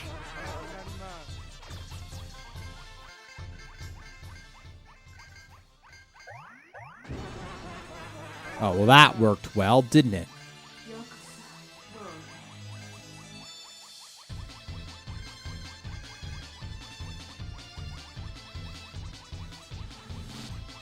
I don't know if I can. Jeez. That's kind of fucked up. She's making sexual sounds and I'm shooting her in the... You know what? I'm not going to finish that sentence. I would have paid good money to see the session of this. I need more bells.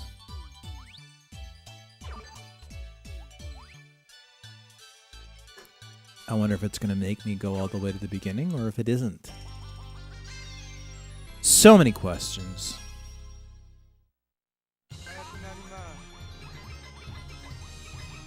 This is...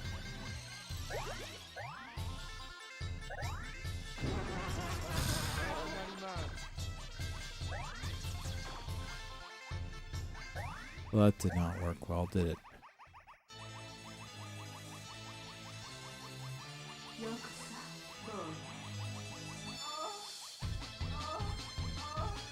This is actually really disturbing. I'm not gonna lie. This is actually pretty freaky. And I have a snake. It's not the snake. It's just this sort of creepy Phantom of the Opera-esque vibe that she has. And yeah, I'm gonna grab something too. Yeah, no worries. Let's see if I can finish this game. And can I shoot? Okay, so I can't shoot, but man, this game is hard.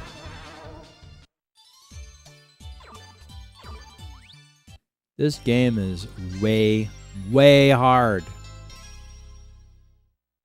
I'll try one more time, and then the boost that I froze is probably okay. There we go.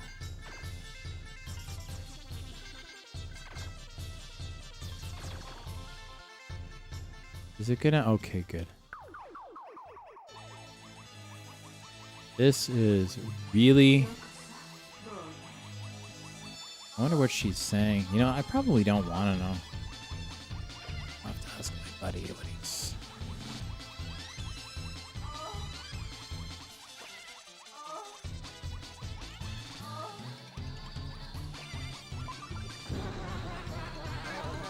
Only grazed me.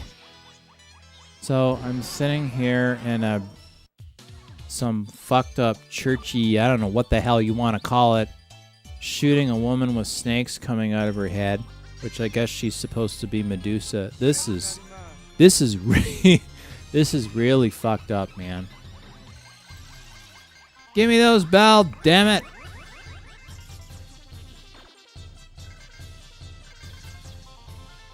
Thought I got the bells. This is not gonna... Yes. So she just sits there and moans like some kind of a... Fuck!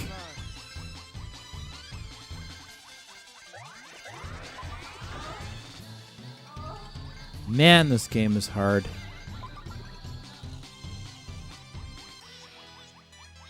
It's different, though. I will give it that.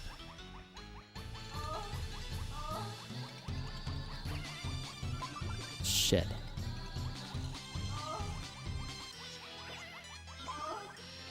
I almost was out of the way.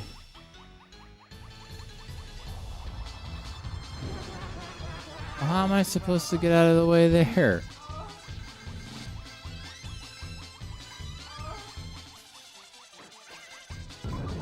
Shit. So I blew up and won at the same time. Yeah, it could be worse. It could be worse. That is creepy though. That is creepy. Way creepy. It could be NES hard. It could be Contra hard. Fucking Contra hard. I'm gonna get my drink. I think it's okay now. I think my drink is okay. Ah, fuck. That worked well. All I tried to do was put my controller down, and this is what I get. Fuck me. Grab some booze.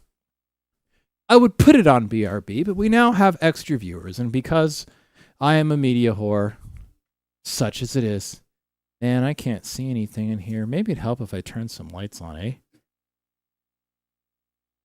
This seems okay. Is this frozen? Is that frozen? Is this going to blow up on me? That's the 64,000 ruble question. I open, it blow up. It didn't blow up. I have once again won the internet. Wireless microphones are both a blessing and a curse. They allow you to communicate with those you care about most. Also do not work particularly well when having excursions in the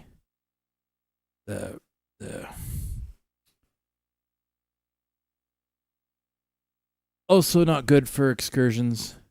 This is dark to you? No, the kitchen was dark. I went in the kitchen to get my drink.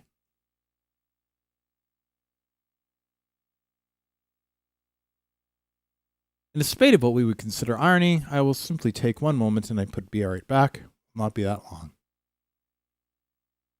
Vern second. As I will use my considerably developed brain to open chocolate.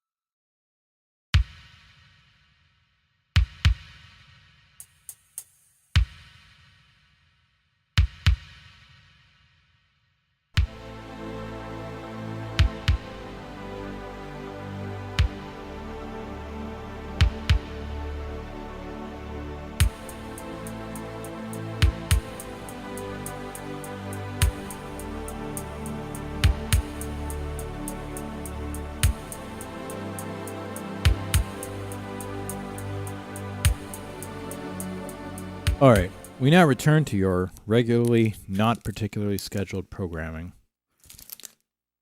Yeah, no, I didn't. We have 6 viewers. But in the chat room, besides us, they are remarkably silent. Phantom 6 viewers. You do not need to speak, but at least hit the subscribe button or the follow button. Or don't. I'm not the boss of you.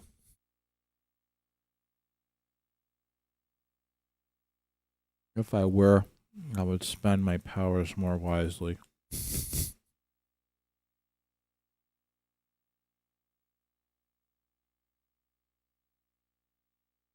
I wonder what drugs these developers were on.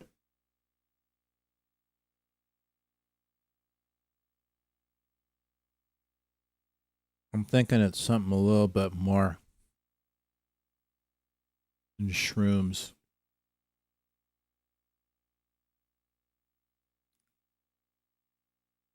Do you like shrooms? I don't know. I have to say, though, the pixel art in this game, however disturbing, is quite nice.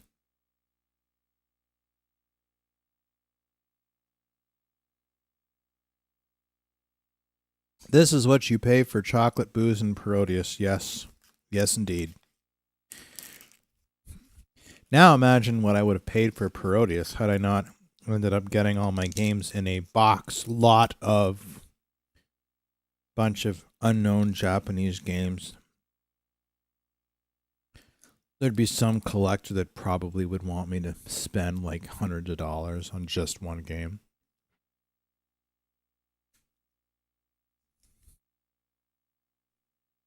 some upset retired Japanese mother trying to subsidize her unemployed son, dealing with the considerable shame that has been brought to the family. His father is a mid-level executive at Sony. He broke his penis in a cruel masturbatory accident in 1989. And so his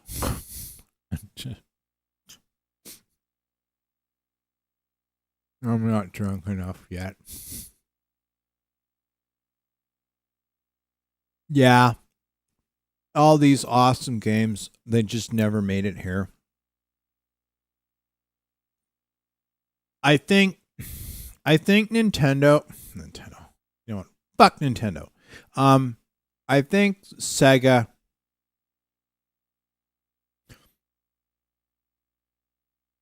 Let me formulate my sentences such as it is, perhaps more efficiently. I think it is understandable that Sega would be concerned about what Nintendo is doing. And the marketing absolutely did help them in the early 90s. And they definitely got a respectable market share against Nintendo. That having been said, I think the obsession with Nintendo, I think they should just spend a little bit more time. I don't think they needed to panic. Right? They're like, oh my God, the 32X. Oh my God, the Saturn. That stuff, and I know I've said this before, and I'm repeating myself, but it's just the stuff was released far too quickly. And I've said it before, and I'll say it again. I think that what really killed Sega on the hardware end is that they were panicking, and they released too much stuff too close to each other. And I think it pissed people off because, people dropped their money on a 32X and whatever. And there weren't a lot of games for pretty amazing ports, though. The port for the Virtua Fighter port, the original Virtua Fighter port, was pretty much a pitch perfect port. Say that 5 times fast. And so was Virtua Racing. But within months, the Sega Saturn came out. So I think what happened is that people were just pissed off. Yeah, proper English patch of grandeur. Yeah, I think the only proper X-Men versus Street Fighter back in the day that I ever got was in the arcade. Which, that, by the way, at least you could shove a quarter in, and then that was it. That was what you got. You put in your quarter and you played your game, and at my college we had one, which was awesome, right? And even though they closed the bar part of it, the arcade was open 24 hours a day. So I'd have to finish up like project for animation class or whatever, or layout and whatever, and I couldn't sleep at 2-3 o'clock in the morning or whatever. You just go at like 3 or 4 in the morning or whatever, because I was in residence at the time, and just put a quarter in and then play like X-Men versus Street Fighter at like 3 in the morning without ever having to go outside. It was awesome. It was fucking awesome. We did have it pretty good. It was the late 90s, early 2000s were a pretty good time for games. I don't know if I would go so far as to say that. Well, now maybe I was going to say as good as the 80s and early 90s, but you know what? Apples, oranges, potato, tomato, whatever. I think it depends what you were looking at. I think they were both equally interesting for different reasons. There were some very interesting games coming out. I remember when the original Kingdom Hearts came out. That was pretty special. Yeah, I would say 2007 was kind of the beginning of the end. It was this sort of spiral to shit. That isn't to say that there weren't good games that have come out since then. There absolutely have. Absolutely have been good games. But that iconic, where it feels good and it feels like it has a spirit to it, that's a lot. That feeling kind of died, I think, in a way. I think we're getting a little bit of it back with some of this retro stuff. But I mean, at the end of the day, we're essentially regurgitating stuff that was cool when we were kids. I mean, let's be honest. That's what we're doing. We don't like what's going on now. We don't want to feel old, so we're digging up all our old shit. That's basically what I'm doing right now. If we're being brutally honest here, that's essentially what I'm doing. I'm 40, I'm getting old, so I'm going to infantilize myself by playing games that I remember when I was a kid. That having been said, there is certainly a cult of nostalgia around it. There was definitely something that was special about it. But I mean, if we're being completely honest with ourselves here, and we're not fetishizing, the romance of it. There's some great games now. There's some awesome games. But it doesn't feel as special because, it's sort of like you grind it out, you put it on Steam, it gets a little bit of attention if you're lucky for a little bit, and then it just dies. There are so many games, there's so many consoles, there is so much content because it's easier for people to get into it that it's harder to sift through the... You know what? I don't really think that's fair. I was going to say sift through the shit to get to the good stuff, but I don't think that's really fair. I think Steam and PlayStation Store and Xbox and whatever, I think they generally do a pretty good job, I think, in curating the games that they have on the platform, including the indie ones. I mean, there's stuff that I wouldn't touch with a 10-foot fucking clown pole, but the nice thing about there being as many games as there are and as many different genres as there are is you don't have to like everything. I don't like olives. I like pickles. Some people like pickles and they hate olives, or some people hate olives and they like pickle, or I don't know what I'm talking about. Never mind. Whatever the opposite of the other shit is. Yeah, when Cartoon Network changed the theming in their programming and killed Toonami. Yeah, I used to work in animation, man. I went to school for animation. I worked in animation. I was an animator. I was trained as an animator, like old school flip the sheet animator. And I got out of that 2009-ish was the last. Because I'm like, why am I working 16 hours animating this scene for a director, for a studio again and again and again? Why am I doing this? It was cool to say that you were an animator. It was cool to have the training as a hand-drawn animator. And I'm probably going to get back into animation too. I probably will. Especially now that, Disney's basically gotten rid of everybody. So now that they're trying to bring it back, Disney and all the companies and Warner Brothers are calling. They keep a little black book, like the Type My Ex that Type My Ex used to have, where anybody that ever demonstrated any sort of proclivity of being able to flip and animate by hand, they're calling them all up. And I don't think that book ever goes away. I'm sure I'm going to get another call. It happened when Princess and the Frog came out. Now that the Day the World Blew Up came out, which was actually pretty good. I saw it in theaters. It was funny. It made me laugh. I'm sure I will get a call from whoever, Disney, Warner Brothers, DreamWorks, whatever, are going to do some 2D feature, and they're going to go through their Rolodex of people that used to work in 2D animation. And, I don't know. If I do, I might set up a small animation unit at Skycron, get a couple of my buddies from the old days, and, we'll work on it for 6 or 8 months and then go, fuck it! Cut me a check.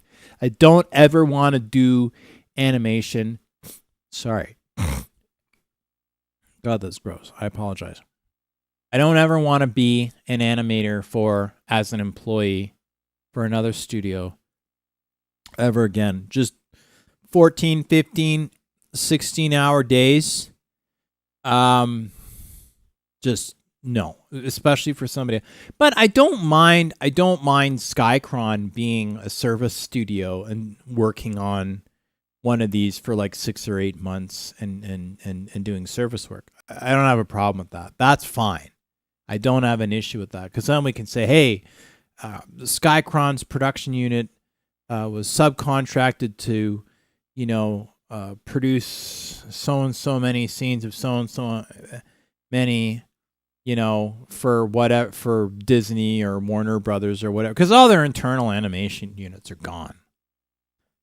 Like, they're toast. There's no more. Yeah, The Day the World Blew Up. I think that's what it was called. It was recent. It was a modestly budgeted Looney Tunes Warner Brothers cartoon. And it was actually pretty good. It was pretty good. It wasn't a big budget. I think it was maybe 20, 30 million. But I think that the 200 million animated super feature, the Lion Kings and the like, I don't think we're going to see that again. I don't think that's sustainable. But I think having 20, 30 million, yeah, Japan is pooping out anime like candy, but their animators are also burning out and they're getting sick. I don't know if I told you this story. If I did, stop me.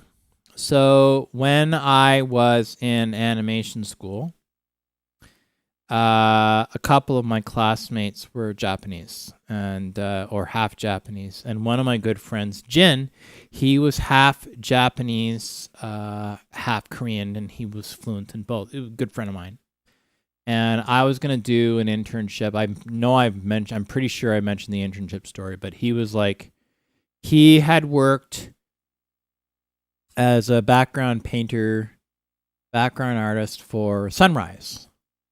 And I was toying with the idea of doing an internship in Japan.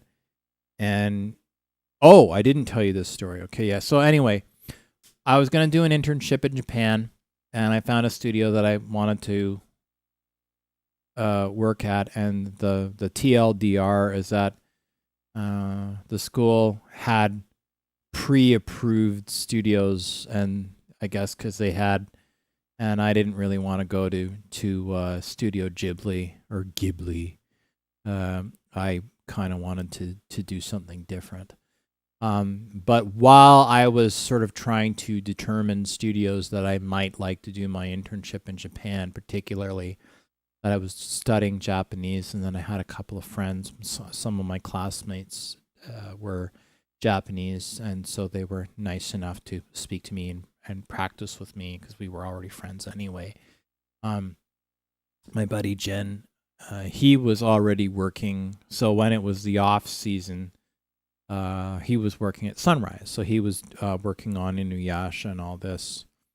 And I was saying to Jen, I'm like, and so Jen was like, yeah, so I'm like, yeah, this is where, and he said, well, I'll tell you. He's like, don't go to Sunrise. I'm like, well, why not? He's like, because it makes people sick, and I shouldn't even have gone, and it's ridiculous. So I was gonna go. I wanted to go to Kyoto Animation, which is actually a fairly decent sized studio now. At the time, they were still quite small, and I think they had just done their first original series, because they were a service studio, as many animation studios are. When they start, and then when they do okay with getting service work, like basically helping animation with other companies, And they're, you know, a lot of the studios I spoke to were very nice and were very patient with my, you know, like I could communicate somewhat in Japanese, but it wasn't fantastic. You know, it was just like grammatical problems and fairly basic. But, and some people were like, you know, we don't want a white dude here, click, which is fair. You know, I'm a guest and I get that. But there were a couple that were really nice. But I remember Jin saying, do not go to Sunrise. Just don't. Like, it doesn't matter if you're Japanese, Korean, white, green, red, black, pink, or purple. Just don't go there. And the hours that were being done. And I mean, it was just going to be an internship anyway, just for the experience. But the idea of doing 14, 15, 16-hour days or whatever for 6 or 8 months in my 20s, early 20s, I could probably work with that to some degree. But I wouldn't have done it. And like I said, even just doing it, like there was just so much work. And I didn't mind the drawing. Didn't mind the work. But I mean, for the amount of work that you did, just drawing, and you didn't get paid for director changes. So if a director decided to go and say, hey, you know what, I decided that I want him to move his hand like this, like an Italian race car driver, and then he decides that he wants every word to have an accent with the point. Guess what? You don't get paid to redo that. So a lot of people were sleeping under their tables, you know, at night and going through Red Bull and drawing like all these frames and testing them under the line testing machine. I'm like, this is fucking stupid. This is not. And you go in like 2008, 2009, whatever. It's like, oh wow, you know, $22, $23 an hour, whatever. That's amazing. When you're in your 20s, you think you're fucking rich. And granted, things were a lot cheaper then, but that's not a lot of money for the work that you put in, particularly considering that you don't get paid. And they know that everybody and their dog wants to be an animator. So it's like, all right, kid, if you don't want to put in the work, there's going to be somebody. And it's true. There was always somebody that was willing to bend over essentially and have an electric cow prod shoved all the way up their ass for that. So there wasn't really any incentive to not abuse people and treat them that way. My camera seems to have died. I'm going to fix that.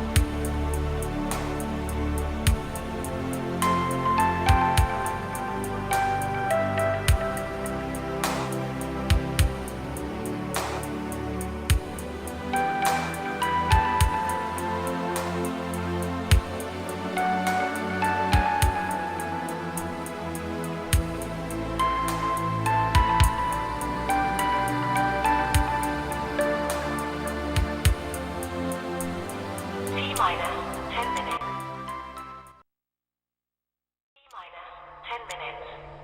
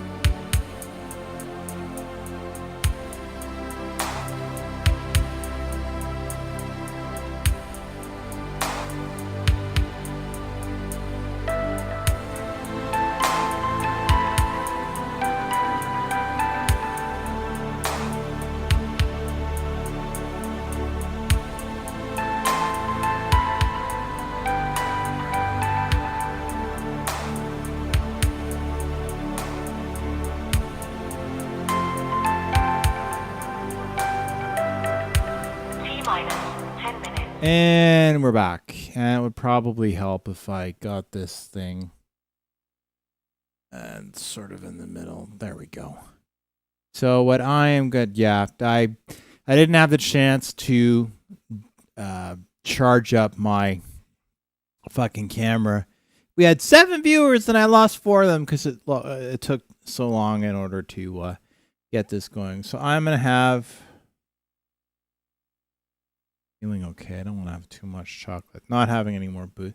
Fuck it. I'll have a little more chocolate. I'm feeling okay. I'm feeling okay, people. Feeling okay. Friday is my cheat night. I have no jiu-jitsu tonight.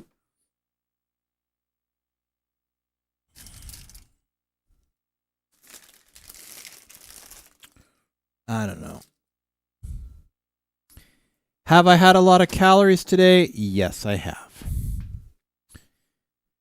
Do I generally have a lot of calories during the week? I do not. But it's all right, man. It's all right. It just sucks because we had a good amount of viewers and they're like, holy fuck, man, this retard is spending all of his time trying to charge his goddamn camera. And yet, here we are. Here we are again. It's just the life we live here, people. Also, a good reason to have an SDI camera, which can be plugged in and will never zero. You are not getting booze. Get away from my booze. I shouldn't even be having it.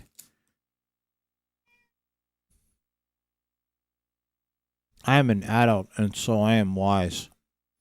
This is why I make decisions like getting drunk and eating chocolate. That is an adult decision.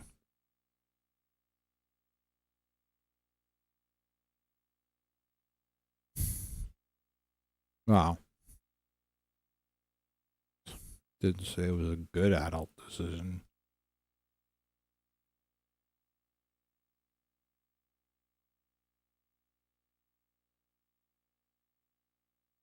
I was doing so well. So well. Calorie counting on Fridays are for chumps. Rest of the week, meh.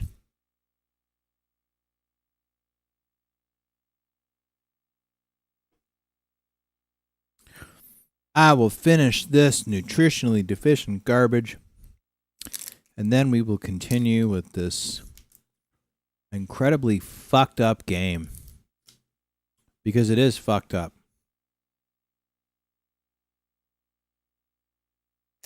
Next Friday.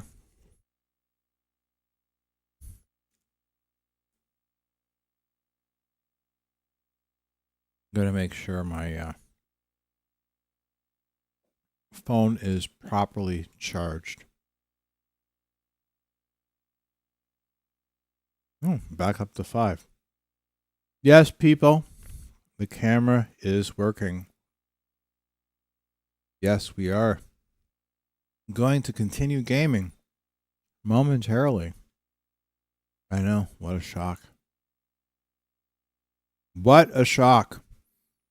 I'm just enjoying a little snack. Those that join this channel.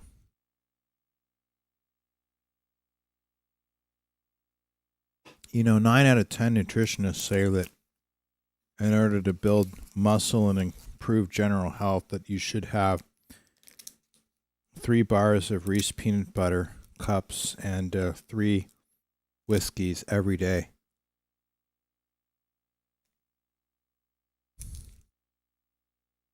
It's in medical journals, you know.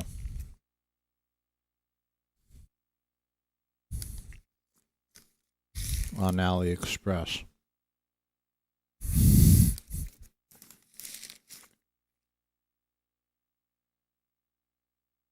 In a made-up language that nobody understands.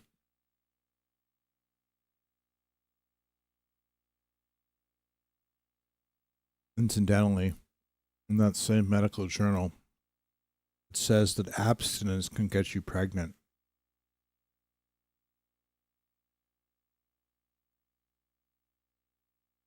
You ever saw some fat kid coming out an 11-pound baby that looked like he was a cow?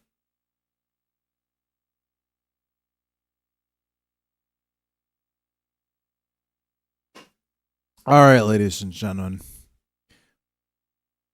let's continue our joyous waste of a Friday night.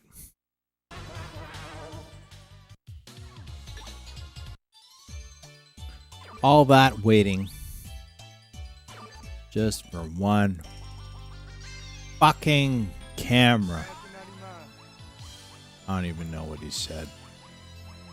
Whatever it is, all these buttons do the same thing. They just fire.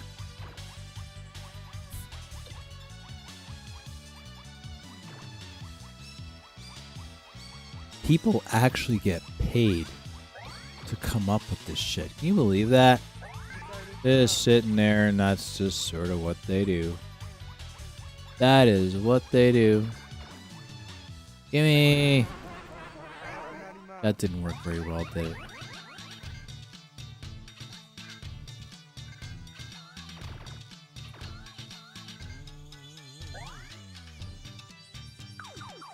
I don't know really what the point of getting big is here when I can't actually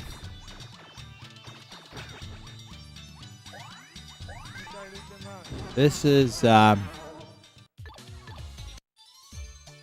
so if you hit another button besides start, it just goes quicker and then they just kick you out. It's just what they do. Yeah,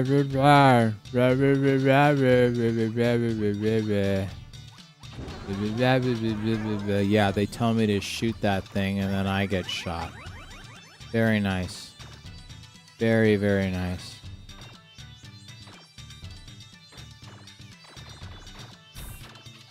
So what, I can just crash into shit when I'm like this? Is that how this works? It doesn't make any fucking sense. Pick stuff to blow up.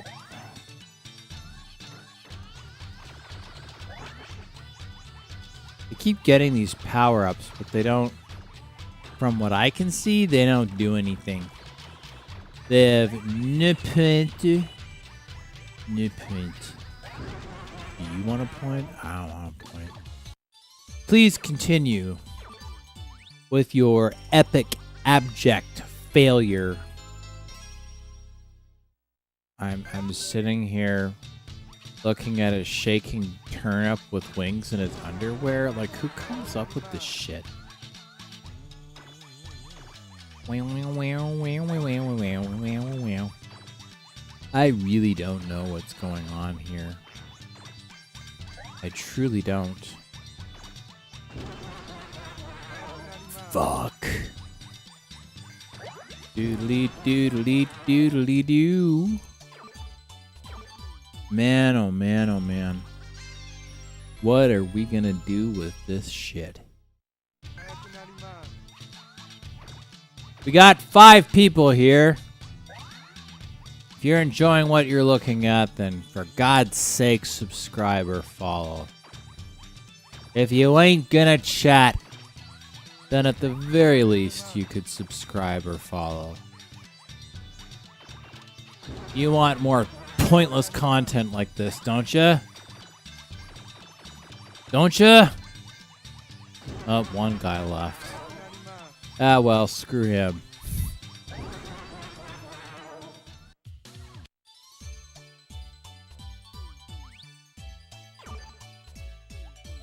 Screw me, apparently.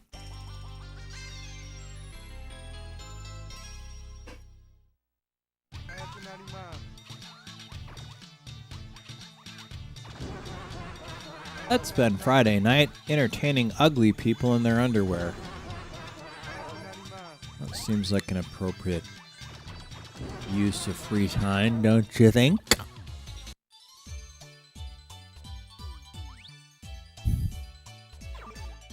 This is totally fucked. I don't know what's going on here, but whatever it is. Ow. That didn't go very well, did it? Did not go well at all.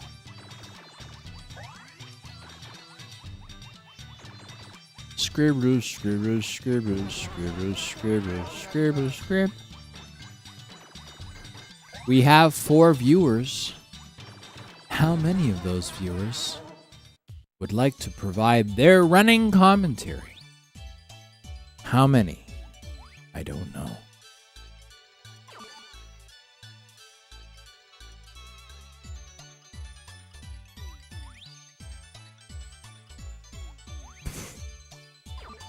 This game is making me crazy.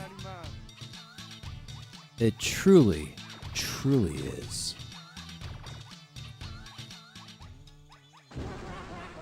I got smashed. Oh, I got to the boss, apparently.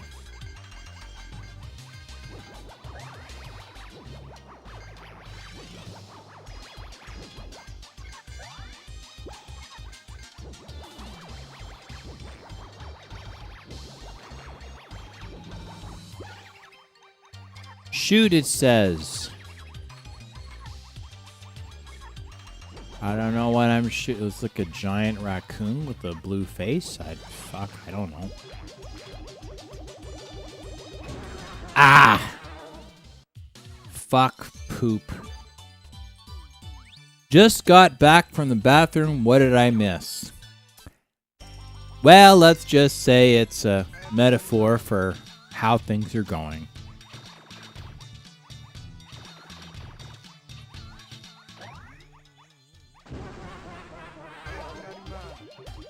I'm shooting a giant raccoon. Ow.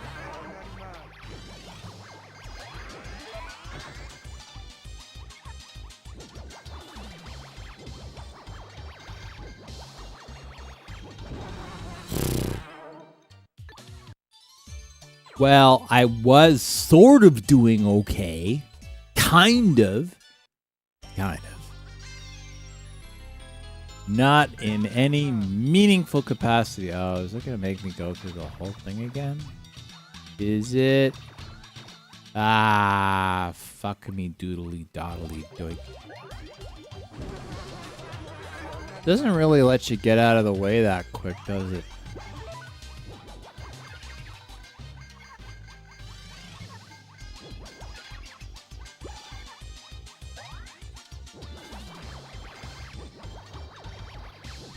Everywhere you go, there's some fucking dipshit trying to shoot you. How in the world does that work? Okay. That makes 0 sense.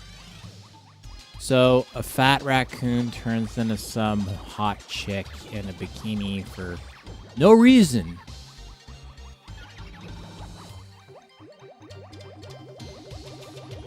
Ah!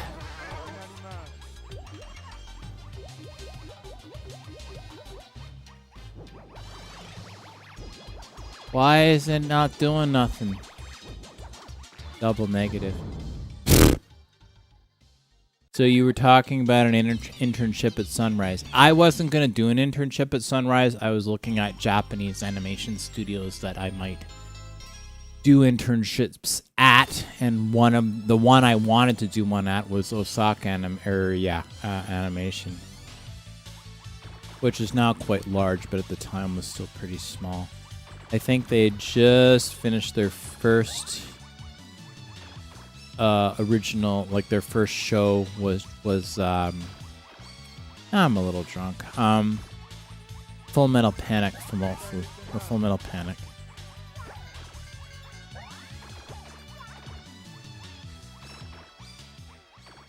I thought about Sunrise, but my buddy that worked there, I was like, just don't. In fairness, a lot of the Japanese studios do not treat their artists very well. They treat them like like machines. Oh, well, you know, you don't have to be an artist. It's like, yeah, but where does it say that if something is somebody's not a doctor or whatever, that you get to treat people like shit? Like, how does that work? No, my buddy Jen worked at Sunrise. He wasn't an intern. A lot of people at the school were already working in animation and then wanted their piece of paper. Truthfully, I actually regret going to the school. Because I already had a job lined up. I had a pretty good studio I was quite happy with in Ottawa. Amberwood Animation. I was pretty happy there. I mean, the cartoons were not brilliant, but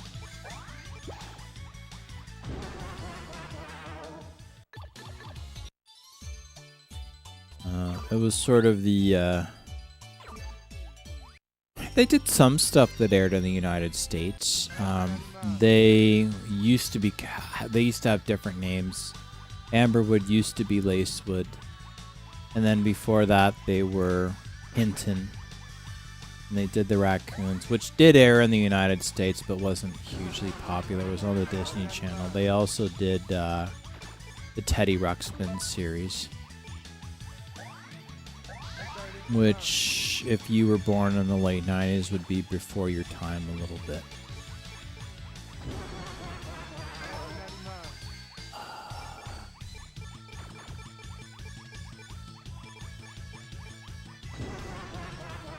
I am not doing that great at collision detection issues.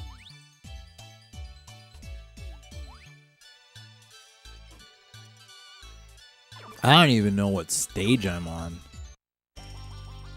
Wow. Mission 5.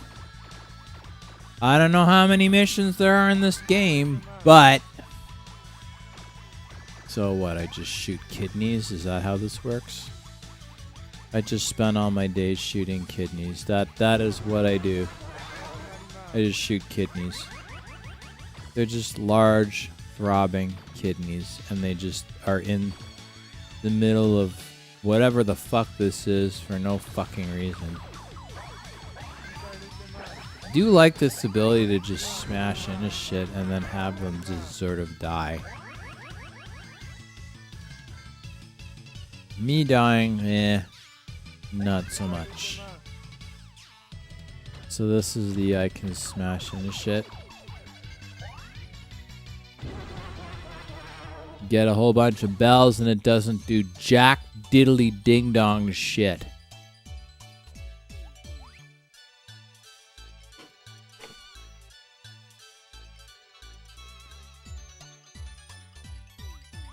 My ding dong is not for sale.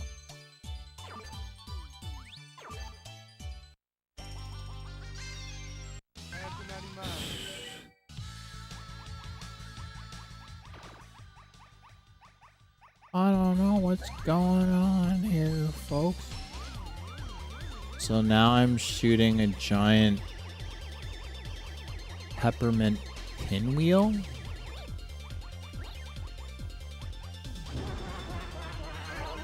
What the fuck is this? This is screwed up, man.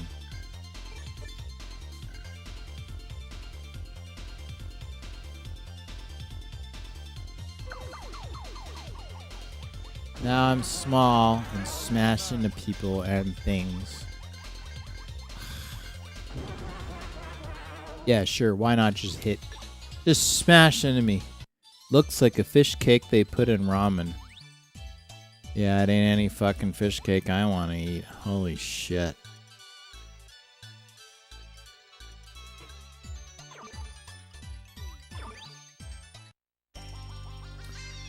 We do try. We truly do try. Hello, Tilk. Are you being a good boy? This is fucked. They also give you these gutless little penile challenge little pea shooters to try to deal with this shit. And then you're always like Never really had real ramen. I lived on it in college. Holy shit. My parents were not happy with me. I bought like $200 worth of ramen. I'm like, I'm gonna save money by just, having this shit. And that went for like a week. Because your nutrients are just gone. What you do is what the Indonesians do. You get ramen, decent quality ramen, and then you put stuff in it. Put vegetables in it and hot sauce and all these nice things. That's what you want to do with ramen. But you don't want to just have it as like, oh, I'm gonna say, yeah, that's a good way to have like no nutrients and not be able to get up because all you're having is carbs. What you want to, with ramen, you want to add stuff. Also, if you're going to have ramen, get an Indonesian ramen, which is more, it's a lot more available now. Get Indomie, which I think Walmart now carries both in the United States and here. And then just add stuff. Just put fish in it and crab and vegetables and carrots and all kinds of stuff. But ramen is definitely but fresh ramen in Asia is very nice, but it's not meant to be had on its own without anything in it. It's a form of a base. It's basically a cheap noodle, but it's meant to add stuff to it. And it can. No, Maruchan doesn't do the job. It's horrible. Don't just no. And add stuff. Don't have it right out of the package. But it can be very healthy. Get Indomie. If you must, you can deal with Nissin, but just add stuff to it. Add stuff to it. Put vegetables in it. Seafood, crab. You need to put vegetables and other stuff in it. Otherwise, you're definitely gonna get scurvy.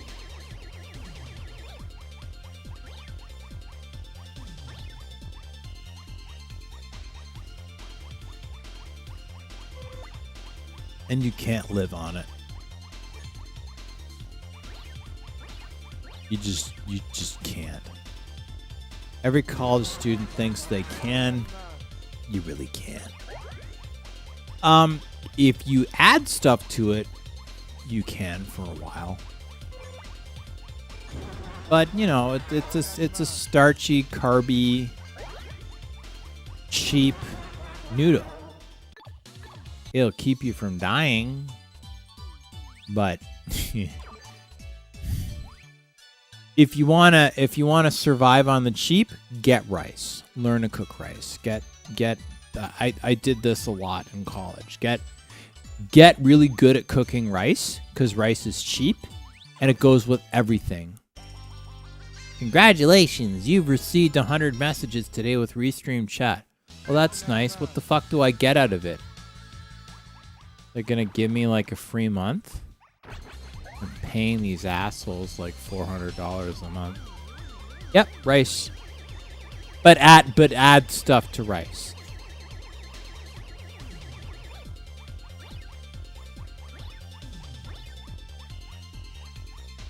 Make a jambalaya or jambalaya, sorry. Add vegetables to it, hot sauce, spiced rice, fried rice. Rice is a good base. It gives you carbs. It's not hugely starchy. And you can add stuff to it that's healthy. And it gives you calories, but decent enough calories. So you can just throw a bunch of vegetables in it and sauce and other stuff. Yeah. But I make homemade sushi. I had a friend that was Japanese show me how to make it, but there's special sushi that you have to make. Actually, I can show you exactly the kind of stuff that you need.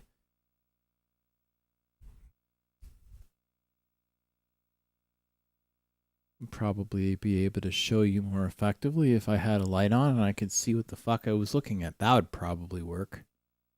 In fact, that would probably work gangbusters. So dark in this fucking room, I can't even see the light switch.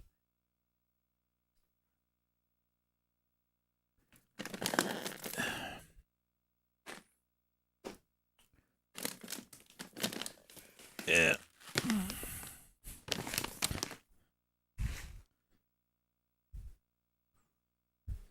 This is the rice that you use for sushi. Maybe it would help if I put it in front of the camera. This is sticky rice. So this rice can be used. This is rice that you would use. If you use normal rice, I should say, it won't stick. And then what you do, binky, binky, binky, bink. Come on. Fuck nuts. Ugh. And then,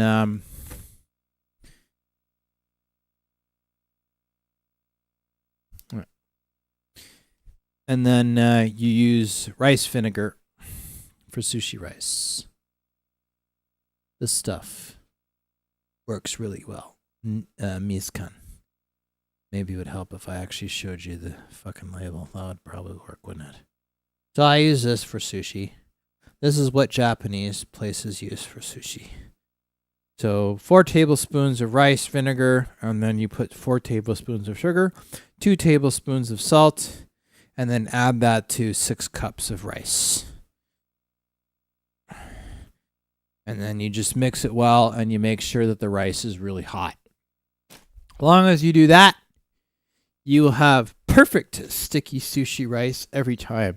And I was fortunate enough that I had a master sushi chef, actually, Japanese master sushi chef, show me a trick for cutting sushi once you roll it and you have the bamboo rollers. What you do is you make, you basically put the sushi cut like the knife under really hot open fire, and then you put it in ice. Super hot, with super cold ice water. And then when it's super cold, after being super hot, you cut it, and then it doesn't stick to the blade, and it works amazingly well. I've been very fortunate that I've had friends from Japan and Asia show me all this cool stuff. And for all that knowledge, if you want to call it that, I still don't understand this fucking game.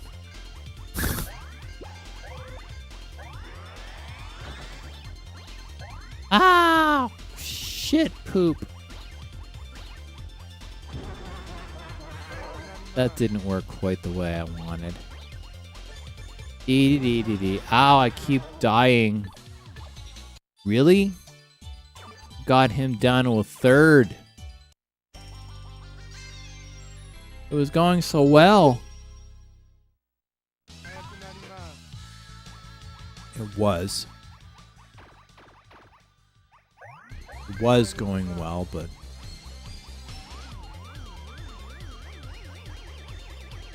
all this work to kill a fucking peppermint. Unbelievable.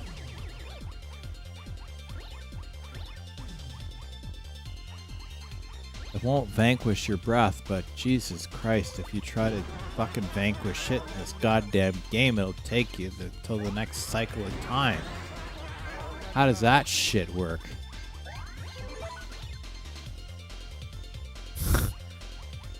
Ah. Third of the way through this stupid crap. Good thing this isn't on the NES. You'd still be on the first stage. Oh, don't I know it. Don't I know it.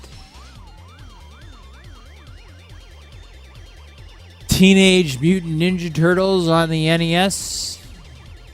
Anyone?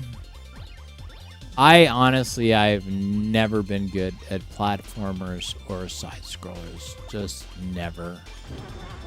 I don't profess to be good at it. Are you fucking kidding me? I lost my camera again?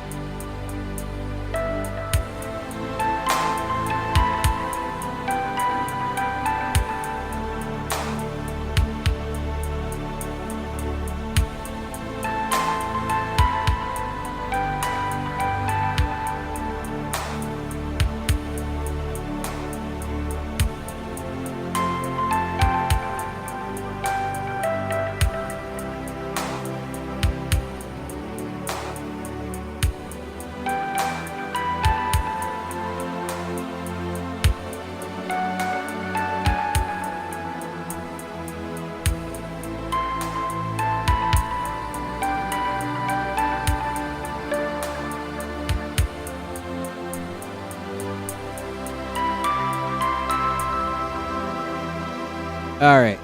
I'm going to play a little longer, and then I think I need to let my poor phone charge. Yes, hello, Zero.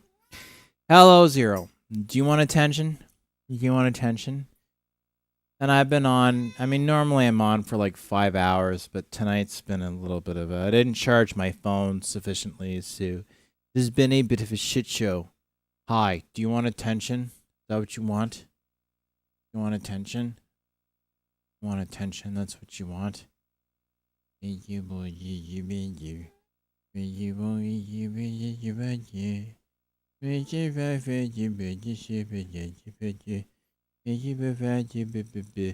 And the dog is about to knock over my camera.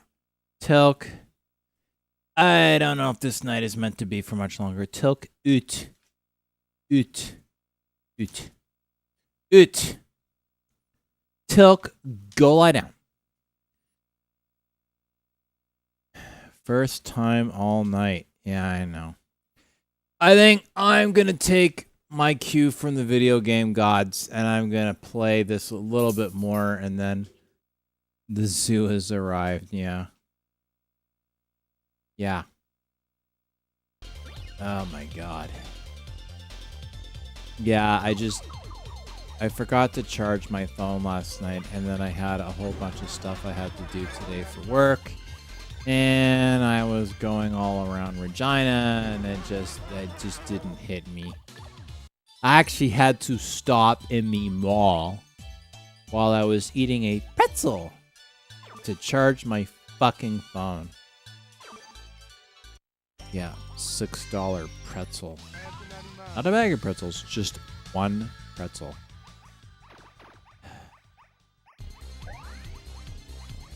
I've been trying to do like 5 hours or whatever for these.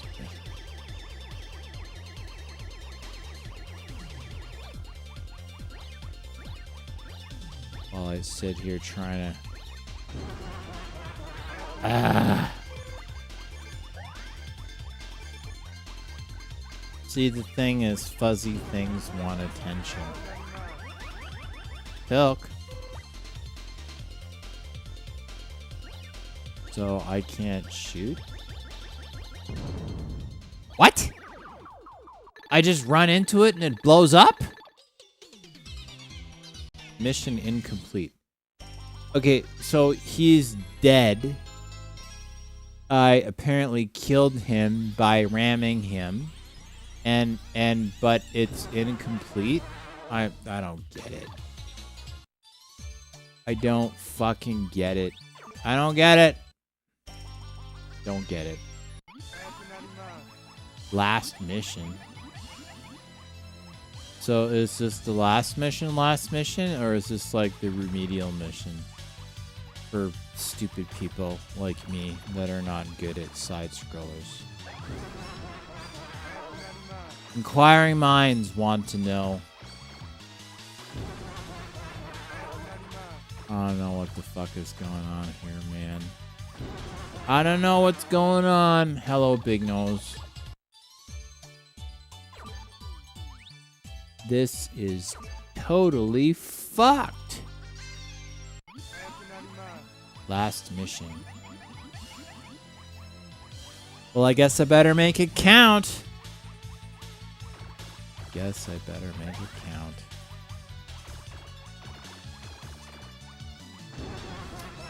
I keep trying to avoid that shit, and yet here we are.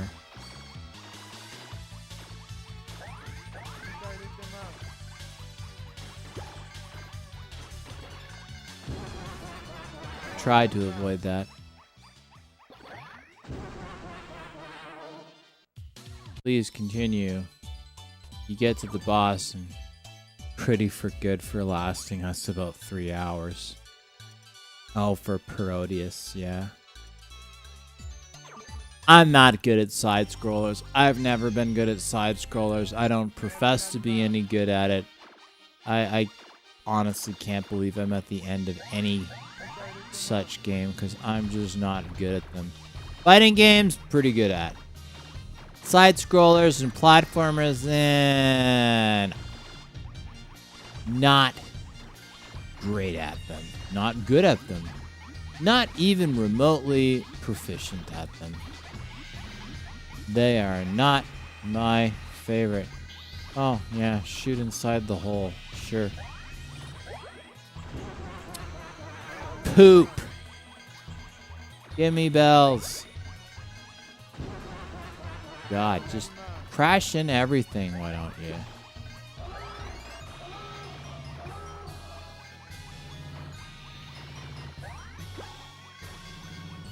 Might be a good way to close out the night if I can manage to finish this game. Holy fuck. Oh, maybe I might play something else. I don't know. I don't know. Whoa. Wait, I thought that was the final doodle. It's the last level. The fuck? Okay. Is it gonna make me, like, deal with that boss, semi-boss or whatever again? Because that would really suck.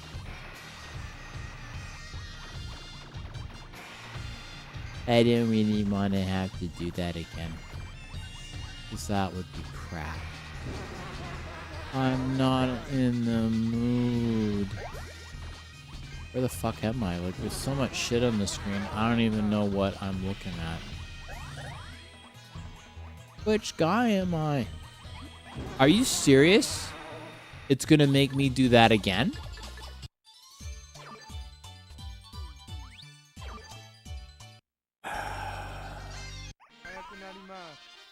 Fuck off.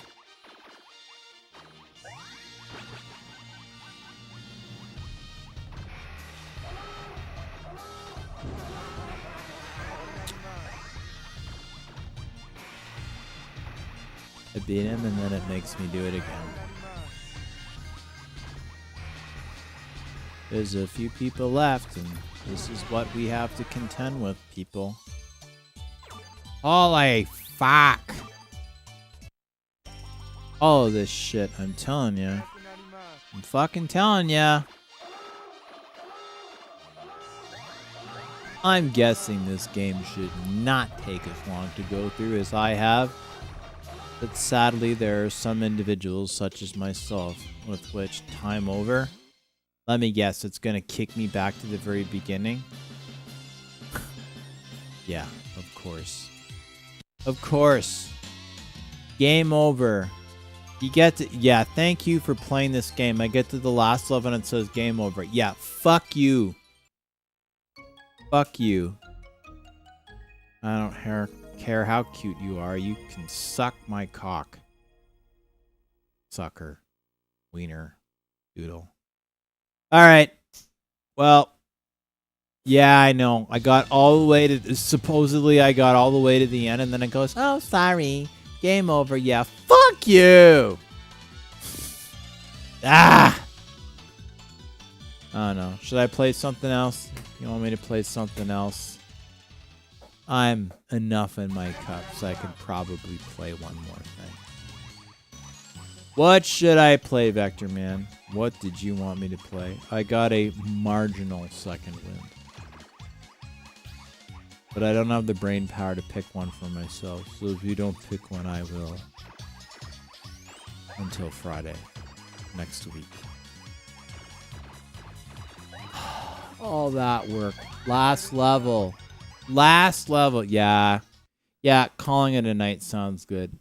Well.